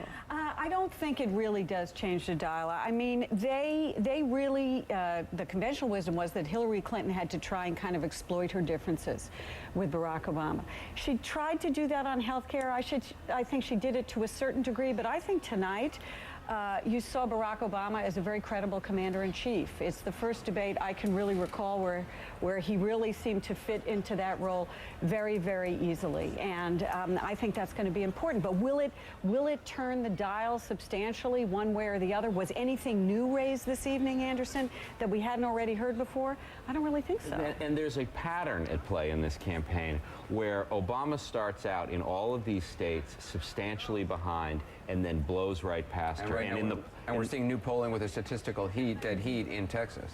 In states where he was way behind in Texas and Ohio. So if the pattern holds, she's in desperate trouble in these two states, which her candidacy ends if she doesn't win. So I think given those patterns, the fact that there was not a dramatic change in this debate is very good news David for Obama. Gergen, do you agree that it all boils down now to March 4th, to what happens in the state of Texas, in the state of Ohio? Yes, I do, and I think that Jeffrey Toobin is absolutely right. And by the way, it seemed like Hillary Clinton seemed to say that tonight as well, basically saying it's not going to be a matter of superdelegates. Right, I agree with that too. And he has the momentum. What I thought tonight was that I don't think she stopped his momentum tonight. I did not think she came out with a real message. She just tried out old themes like experience, and which has not worked. Getting into that health care debate, she may have scored a couple of debating points, but the fact was it was a little hectoring. And I think we've heard all this before, and it's not working for her. So except for that last moment, and there was one other moment, I thought she stumbled into what could be a potential theme for her, but she's not using it, and that is she's a fighter. And that on health care, she's willing to go for universal because she's going to fight, and she's not quite sure he has the courage or the kind of fighting instinct, and that actually might work for her. It's got something to do about action as opposed to just experience, which is such a leaden kind of approach. It doesn't really get anybody excited. And the clock is. The clock is ticking, of course, 1 week to go before the March 4th primary in Texas, in Ohio. We're going to have more with our panel to come. Up next, we're going to be joined by the people asking the questions tonight. Campbell Brown and John King get their take on some of the answers. You're watching 360 special coverage of the CNN Univision debate in Austin, Texas. We'll be right back.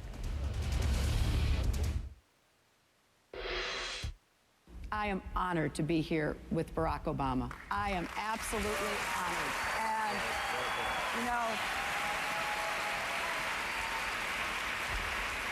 whatever happens, we're going to be fine.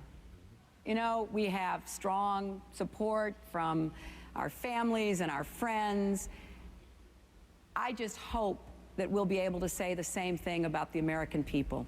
And that's what this election should be about.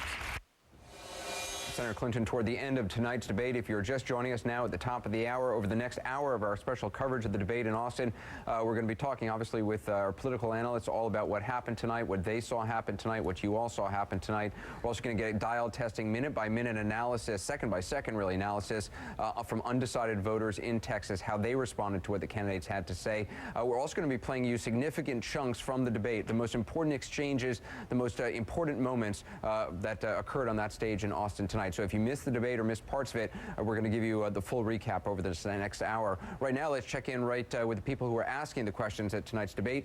The moderator, CNN's Campbell Brown, and CNN's chief national correspondent, John King. Campbell, how do you think the candidates did tonight? Wow, Anderson, I was really struck by sort of how different from the conventional wisdom I thought the debate was tonight. I mean, there were a lot of people who were saying Hillary Clinton's down right now. She needs to go on the attack. And I think there was some anticipation that it might be more intense between the two of them in terms of their arguments. You know, they were intense on substantive issues for the most part, I felt, certainly on health care, you know, highlighting their differences when we talked about Cuba and their policies on diplomacy and meeting with leaders, but with the exception of a little bit when they got into the issue of words and you know, the substance of what Barack Obama says in his speeches, beyond that, they didn't really go negative. She didn't, and neither did he. And I think it doesn't really work for either of them when they do, and it certainly didn't in this environment. I mean, I can tell you, we're sitting here in the debate hall now. They have stayed for a while and are treated virtually like rock stars by the crowd here, signing autographs with everybody waiting for them. And you saw that standing ovation at the end, and the crowd did not respond well when they did make sort of snide remarks toward one another on any of the issues. And it's very interesting to me to watch the way, you know, the Democratic Party has sort of coalesced around both of them, saying, you know, they are both strong candidates. And going back to the last debate, I think, you know, the people in this room would like to see them together on a ticket, and to have that moment toward the end where they, you know, shook hands and talked about, you know, how much they respected one another again just goes to the fact that that's what this audience is responding to. John, Senator Clinton's message has been about more solutions are more important than speeches, actions more important than words. Both candidates responded to that. Let's play some of that for our viewers. I do offer solutions. That's what I believe in and what I have done. And it's what I offer to voters because it's part of my life over the last 35 years, working to get kids health care, working to expand legal services for the poor, working to register voters, working to make a difference, because I think that this country has given me so much. And there are differences between our records and our accomplishments. I have to confess, I was somewhat amused the other night when on one of the TV shows, one of Senator Obama's supporters was asked to name one accomplishment of Senator Obama, and he couldn't. So I know that there are comparisons and contrasts to be drawn between us. And it's important that voters get that information.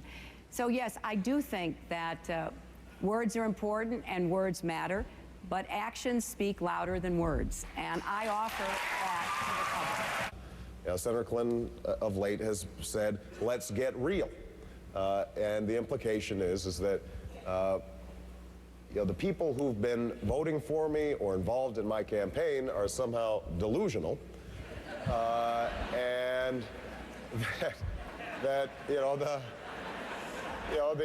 20 million people who've been paying attention to 19 debates, and the editorial boards all across the country at newspapers who've given me endorsements, including every major newspaper here in the state of Texas.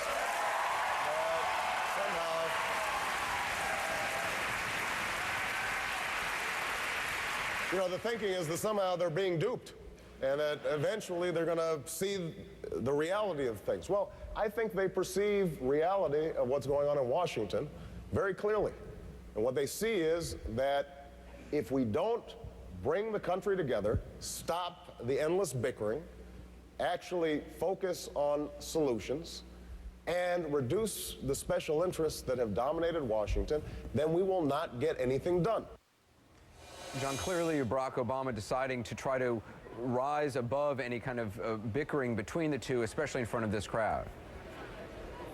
Absolutely right, Anderson. He believes he has the high ground in the race right now. The last 11 victories have gone to Barack Obama, and as Bill Clinton has put it, if Hillary Clinton doesn't win Texas, he sees no way that his wife would be the nominee of the Democratic Party. No question, Senator Obama came in trying to be as positive as possible, and even though Senator Clinton did take some pokes at Senator Obama in the answer just before his last remarks there, they were much more about my ideas are better. In her speeches of late, she has essentially said he has words, he has no ideas, essentially saying there's nothing there. Many have said she's almost calling him a fraud, a man who gives a good speech but doesn't have anything to back it up. She was much more gentle here. And let me take you behind the curtain for just a minute. One of the advantages of being here is I was backstage just before the debate, and it became very clear to me that she was not going to come out with a flamethrower, as many thought she might have to do given her position in the race right now. At first, they stood several feet, probably 15 feet apart from each other, not acknowledging each other. And then she walked up to him and said, "Hey, Barack." And he turned to her very warmly, put his arm around her and said, "Hey, Hillary, how are you?" And then they were talking not about the issues, but about how tall their Secret Service agents are, and making jokes about how some had apparently taken advantage of their time here in Texas to buy new cowboy boots. It was a very pleasant, very friendly conversation, and we were introduced moments after that, and I walked out thinking she is going to come out here and try to take the high road, whether it's for valedictory reasons, whether she thinks it's over, or whether she thinks tactically that is the best way to go, given that they're both so highly regarded by Democrats. It's hard to be negative, especially in a casual debate setting like this. It was clear from the very beginning that she was going to highlight the differences in a much more polite way here than she does out on the campaign trail solo. Some analysis now from our panel. Lisa Caputo, formerly Hillary Clinton's press secretary, joins us. Democratic analyst Jamal Simmons, president of New Future Communications, a supporter of Barack Obama, and Republican strategist Leslie Sanchez, who probably doesn't like either of these folks too much, author of Los Republicanos, Why Hispanics and Republicans Need Each Other. Lisa, first of all, how do you think Hillary Clinton did tonight? Well, I think, Did she do what she needed to do? I think she actually, when she closed the debate, I think she actually did do what she needed to do, which is to show a little leg, to show the human side of Hillary Clinton. Show a little leg? Show a little leg, I like to say. I didn't say to show the human side of her, to show kind of what makes her tick, to open up, to show the emotion. Something we saw in New Hampshire, she said she had found her voice, but something we haven't seen since then. No, and I think that she absolutely did that tonight. I also think, she was effective on the health care debate that she had with Obama, and on the Cuba issue, I think that she managed to draw a distinction between herself and Obama. I mean, Obama seemed to backtrack on an original position he had in 2003, which was that he was in favor of normalizing relations with Cuba. He seemed to kind of flip a little bit in this go-around. She tried to go on the offensive by talking about how she's about specifics and solutions, and he's about words. She had that line, actions speak louder than words. But I think her best moment of the night was clearly at the end of the debate. Jamal Simmons, your candidate, how did he do?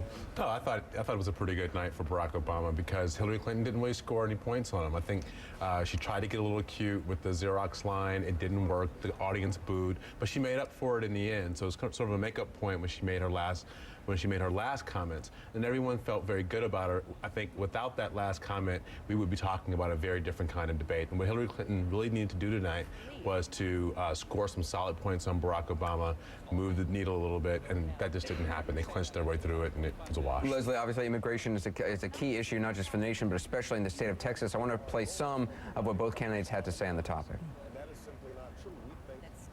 I would consider that, except in egregious situations where it would be appropriate to take the actions you're referring to. But when we see what's been happening with literally babies being left with no one to take care of them, children coming home from school, no responsible adult left, that is not the America that I know. That is against American values, and it is absolutely critical that we tone down the rhetoric when it comes to the immigration debate, because there has been an undertone that has been ugly. Oftentimes, It has been directed at the Hispanic community. We have seen hate crimes skyrocket in the wake of the immigration debate as it's been conducted in Washington, and that is unacceptable. We are a nation of laws and we are a nation of immigrants, and we can reconcile those two things. So we need comprehensive reform.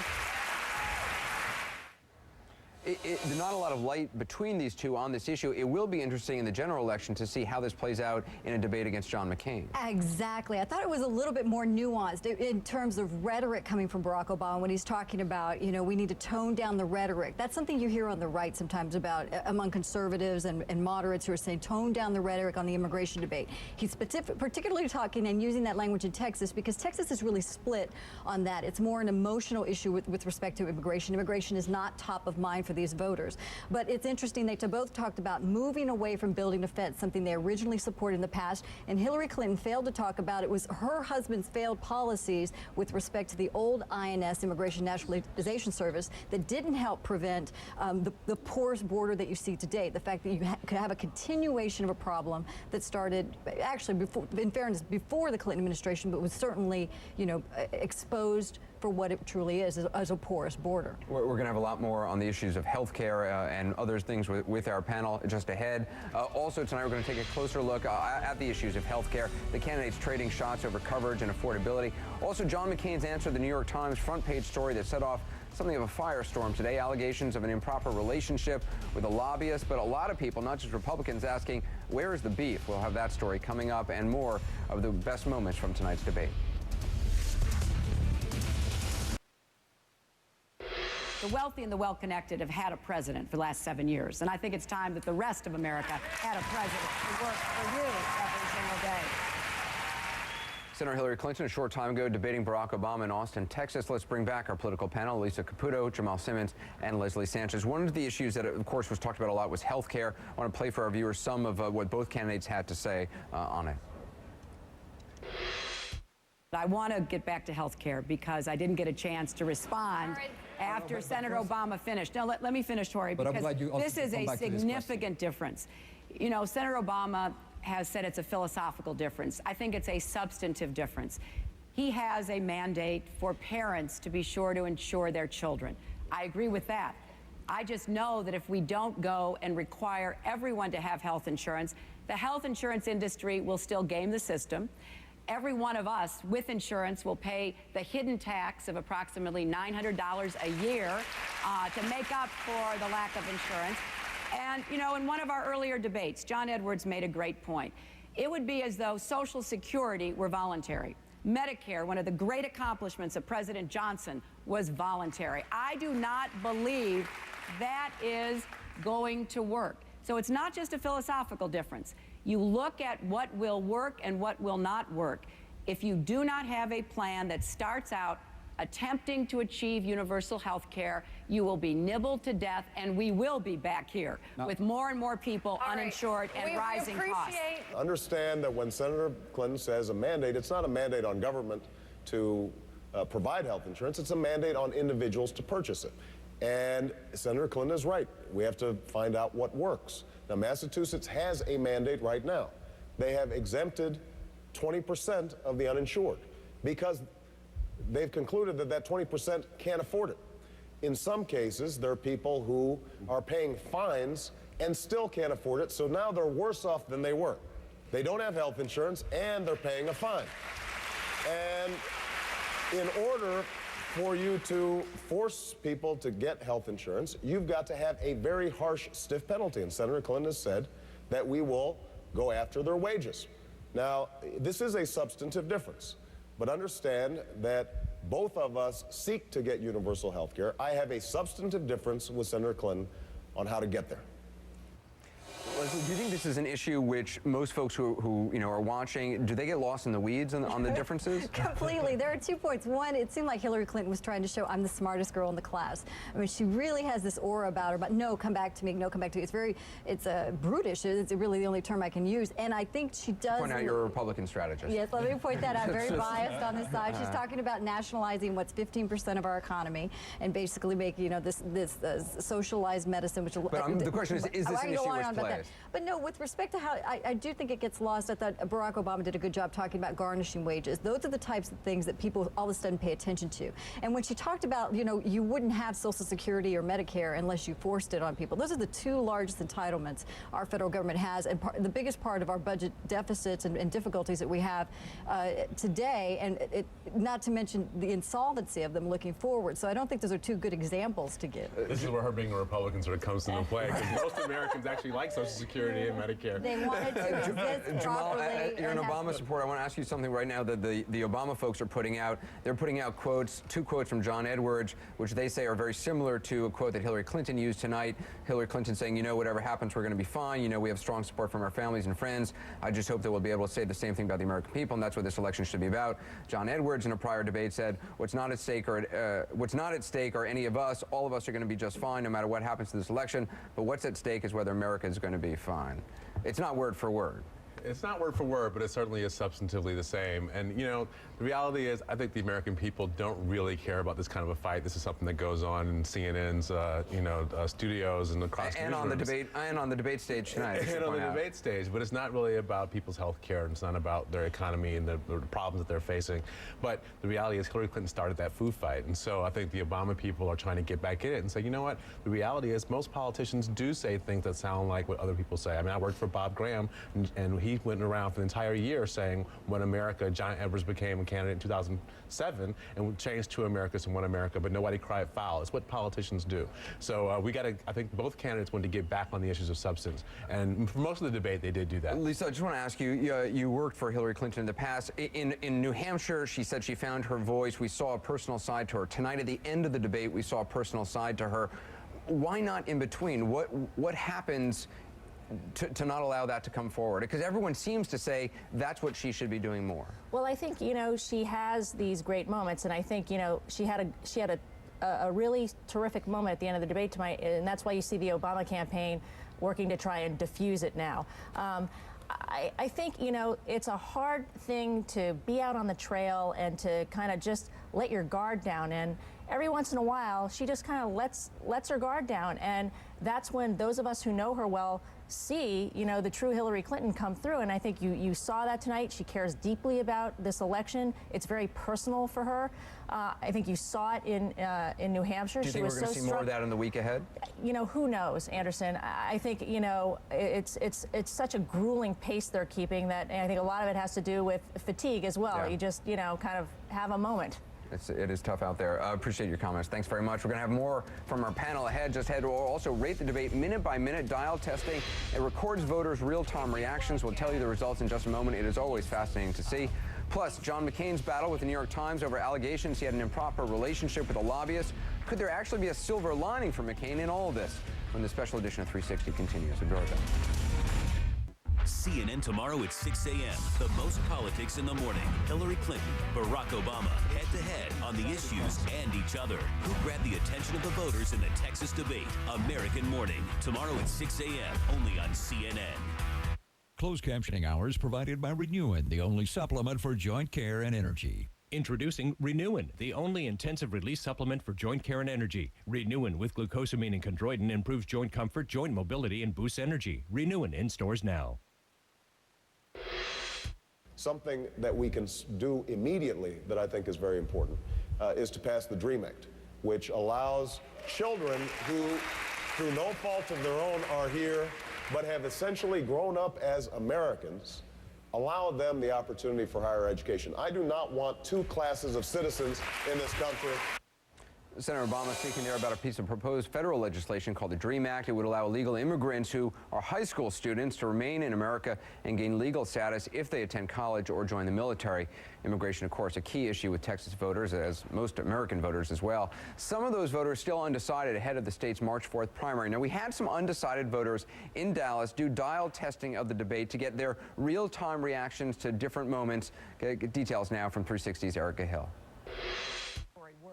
Here's what worked, bashing George W. Bush. That the era of unilateralism, preemption, and arrogance of the Bush administration is over. And we're going to...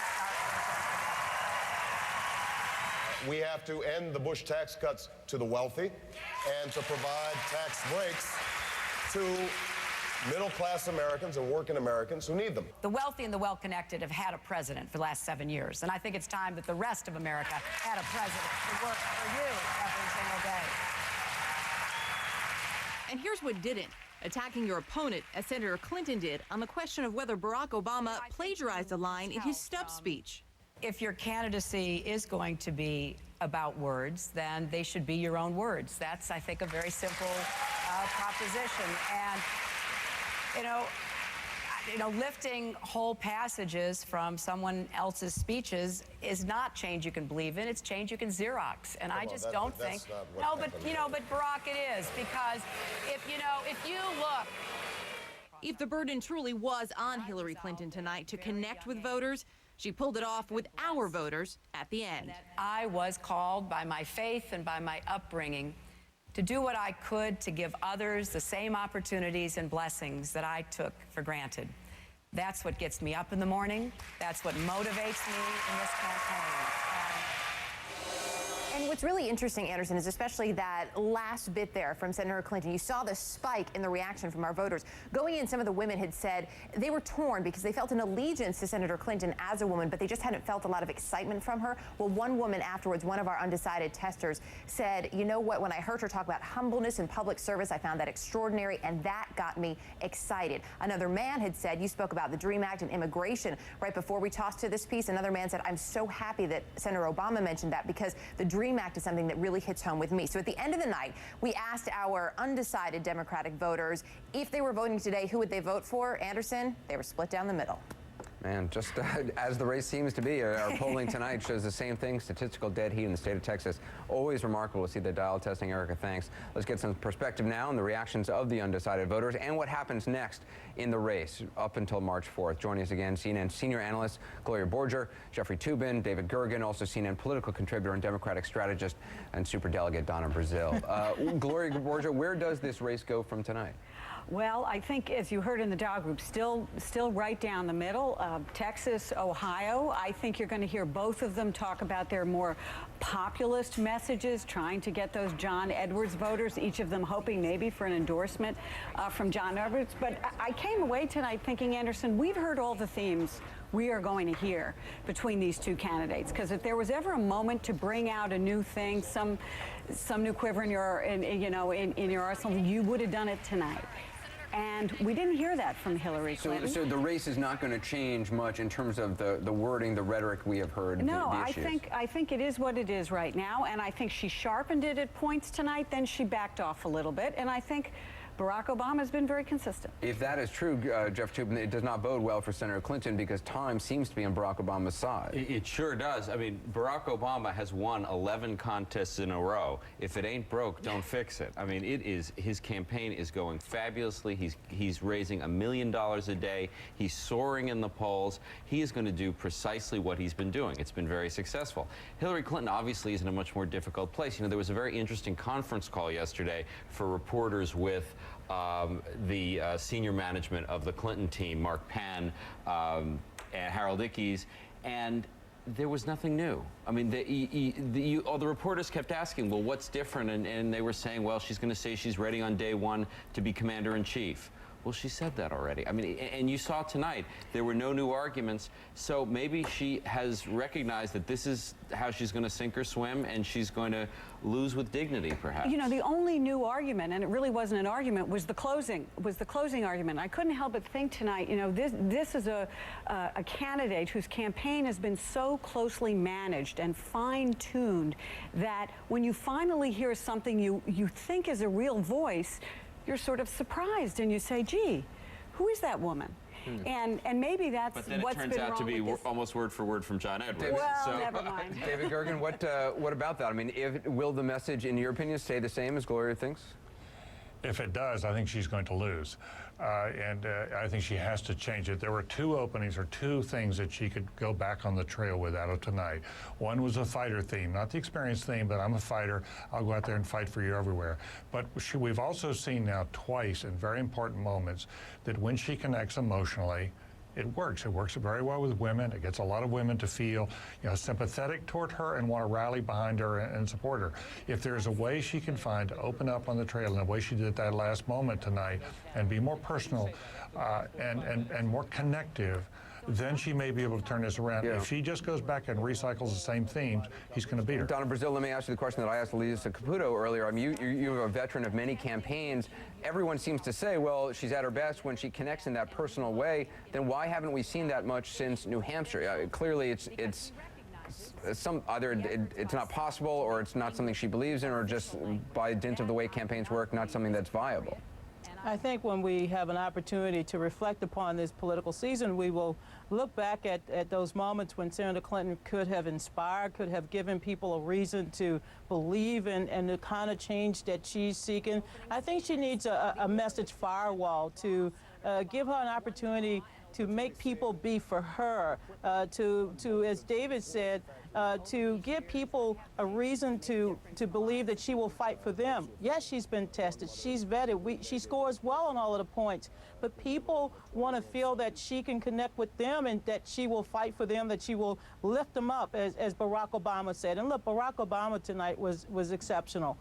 He was presidential. He was poised. He was calm. He had the poetry, but he also had the prose. He put the substance ahead of, perhaps some of the rhetorical flourishes that he's capable of giving. He was good. So you can't deny him that, but she needs to build that message firewall now. We'll have more from our panel coming up just ahead. Who made the most convincing case for being best prepared to be the next president?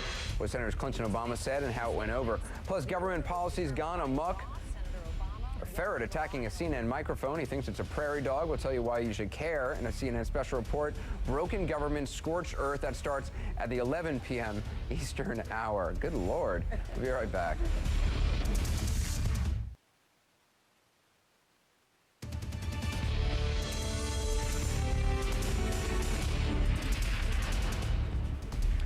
We are slicing and dicing all angles of the Democratic debate tonight from Texas. In case you missed anything, we're showing you the meaningful exchanges between Senators Clinton and Obama, not just 15-second sound bites, trying to give you long exchanges so you can really get a sense of the debate and the issues involved.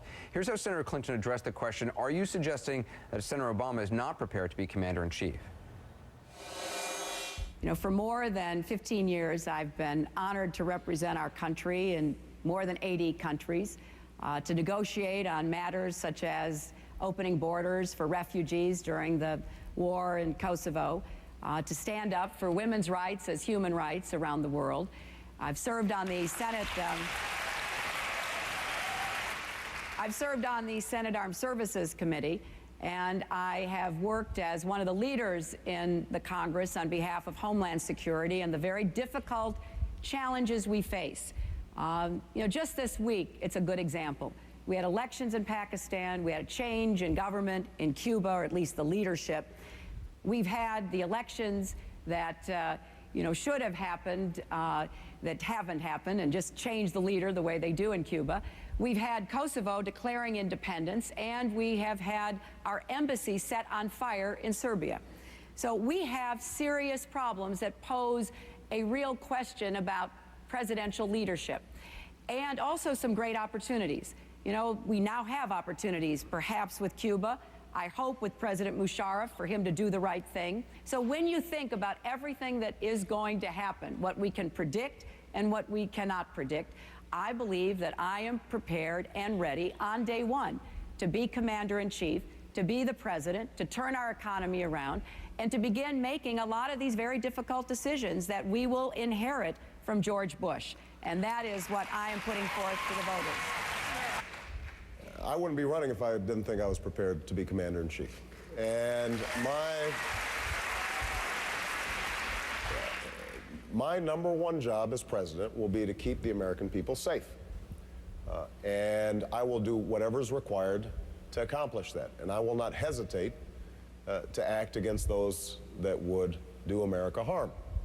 Now, that involves maintaining the strongest military on earth, which means that we are training our troops properly and equipping them properly and putting them on proper rotations. And there are an awful lot of families here in Texas who have been burdened under 2 and 3 and 4 tours because of the poor planning of the current commander-in-chief.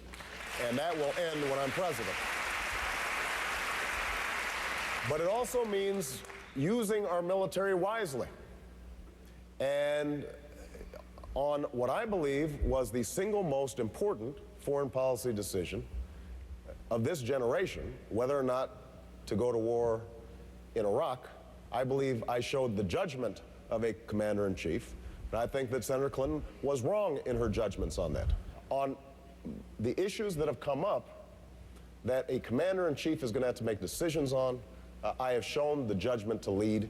That is the leadership that I want to show when I'm president of the United States. All right. David Gergen, as you listen to that, it was interesting. I mean, the question was to Hillary Clinton about why is Barack Obama not, in her opinion, ready to be commander-in-chief. An opportunity, it could have been an opportunity for her to say something negative about him. She chose not to. She just chose to speak about her own experience. Was that the right move?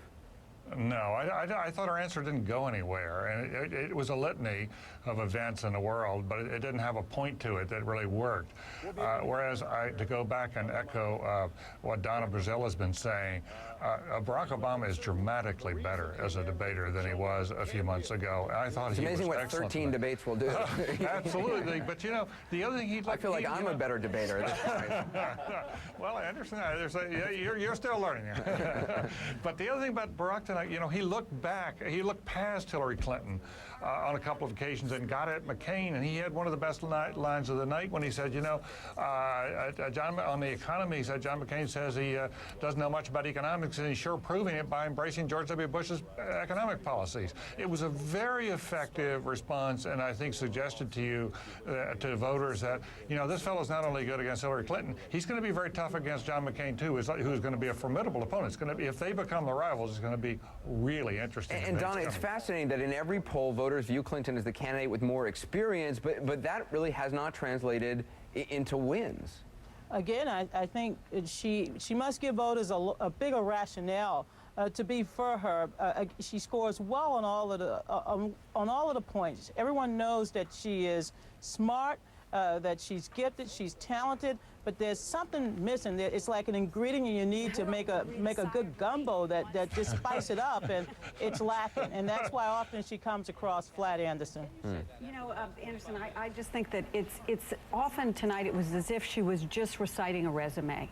That Hillary Clinton, in answering the commander-in-chief question, said, well, I've been on the Armed Services Committee, and I've been to this place, and I've been to that place, and I've spoken about human rights. And I think that's what Donna and David are talking about. There needs to be one other moment where she connects and tells voters, this is really why I'm better than the other guy. And by the way, it was very interesting watching their body language tonight. I don't know if all of you agree with me, but she had a hard time looking at Barack Obama half the time. He would look directly at her when she was speaking, and she would not do the same to him. It's interesting, Jeffrey. This is really the first debate, I think, that Barack Obama has come into it as the front runner. And I don't know if that means anything or that made any kind of difference, but he certainly seemed different tonight. He seemed more presidential. I remember thinking the YouTube debate you moderated. Afterwards, I said it was like Gladys Knight and the Pips. I mean, she was dominant in that debate. I mean, she seemed presidential. It's so different now. I mean, he is looking beyond, as David said, looking beyond Hillary Clinton at this point, thinking about John McCain, and just so much more comfortable in this setting. You know, time is running out. Here we are talking about Hillary Clinton has to change her message this way or that way. She's been running for president for more than a year. She's the most famous woman in America. You know, there are certain things she should have settled on by now, and it's just not working. And in terms of the race, David Gergen, we talked about the importance, obviously, of Texas and Ohio already. What happens after that? I mean, can we play this out a little bit? If Barack Obama, you know, if Hillary Clinton does not win, does she then, I mean, just say she's not running anymore? Does she take it to the convention? What is your sense? My sense is if he beats her in either state, and his best shot looks like Texas right now, because but he's closing on Ohio too. There's a Washington Post ABC poll out tonight that has them even in Texas and her lead down to 7 in Ohio. If he pulls out either one, I think she may withdraw rather than going on to Pennsylvania. It'll be very expensive to go on to Pennsylvania. Her money will probably dry up, and I think her husband signaled that, as James Carville. Bill Clinton said, in effect, that much today, that you know, Yeah. she's gone if she Right. doesn't win both And of the these. superdelegates will peel away from her. They'll start going to her and saying you need to withdraw and to lose support. I want to thank Donna Brazil, David Gergen, Gloria Borger, Jeffrey Toobin as well. Much more of the debate ahead. Also tonight, an epic battle raging in America's West. Your tax dollars caught up in it. So are these little guys. We'll explain in tonight's Broken Government Scorched Earth report coming up in about 15 minutes, our next hour. Also, the big fight over the New York Times story about John McCain. We'll talk about that ahead.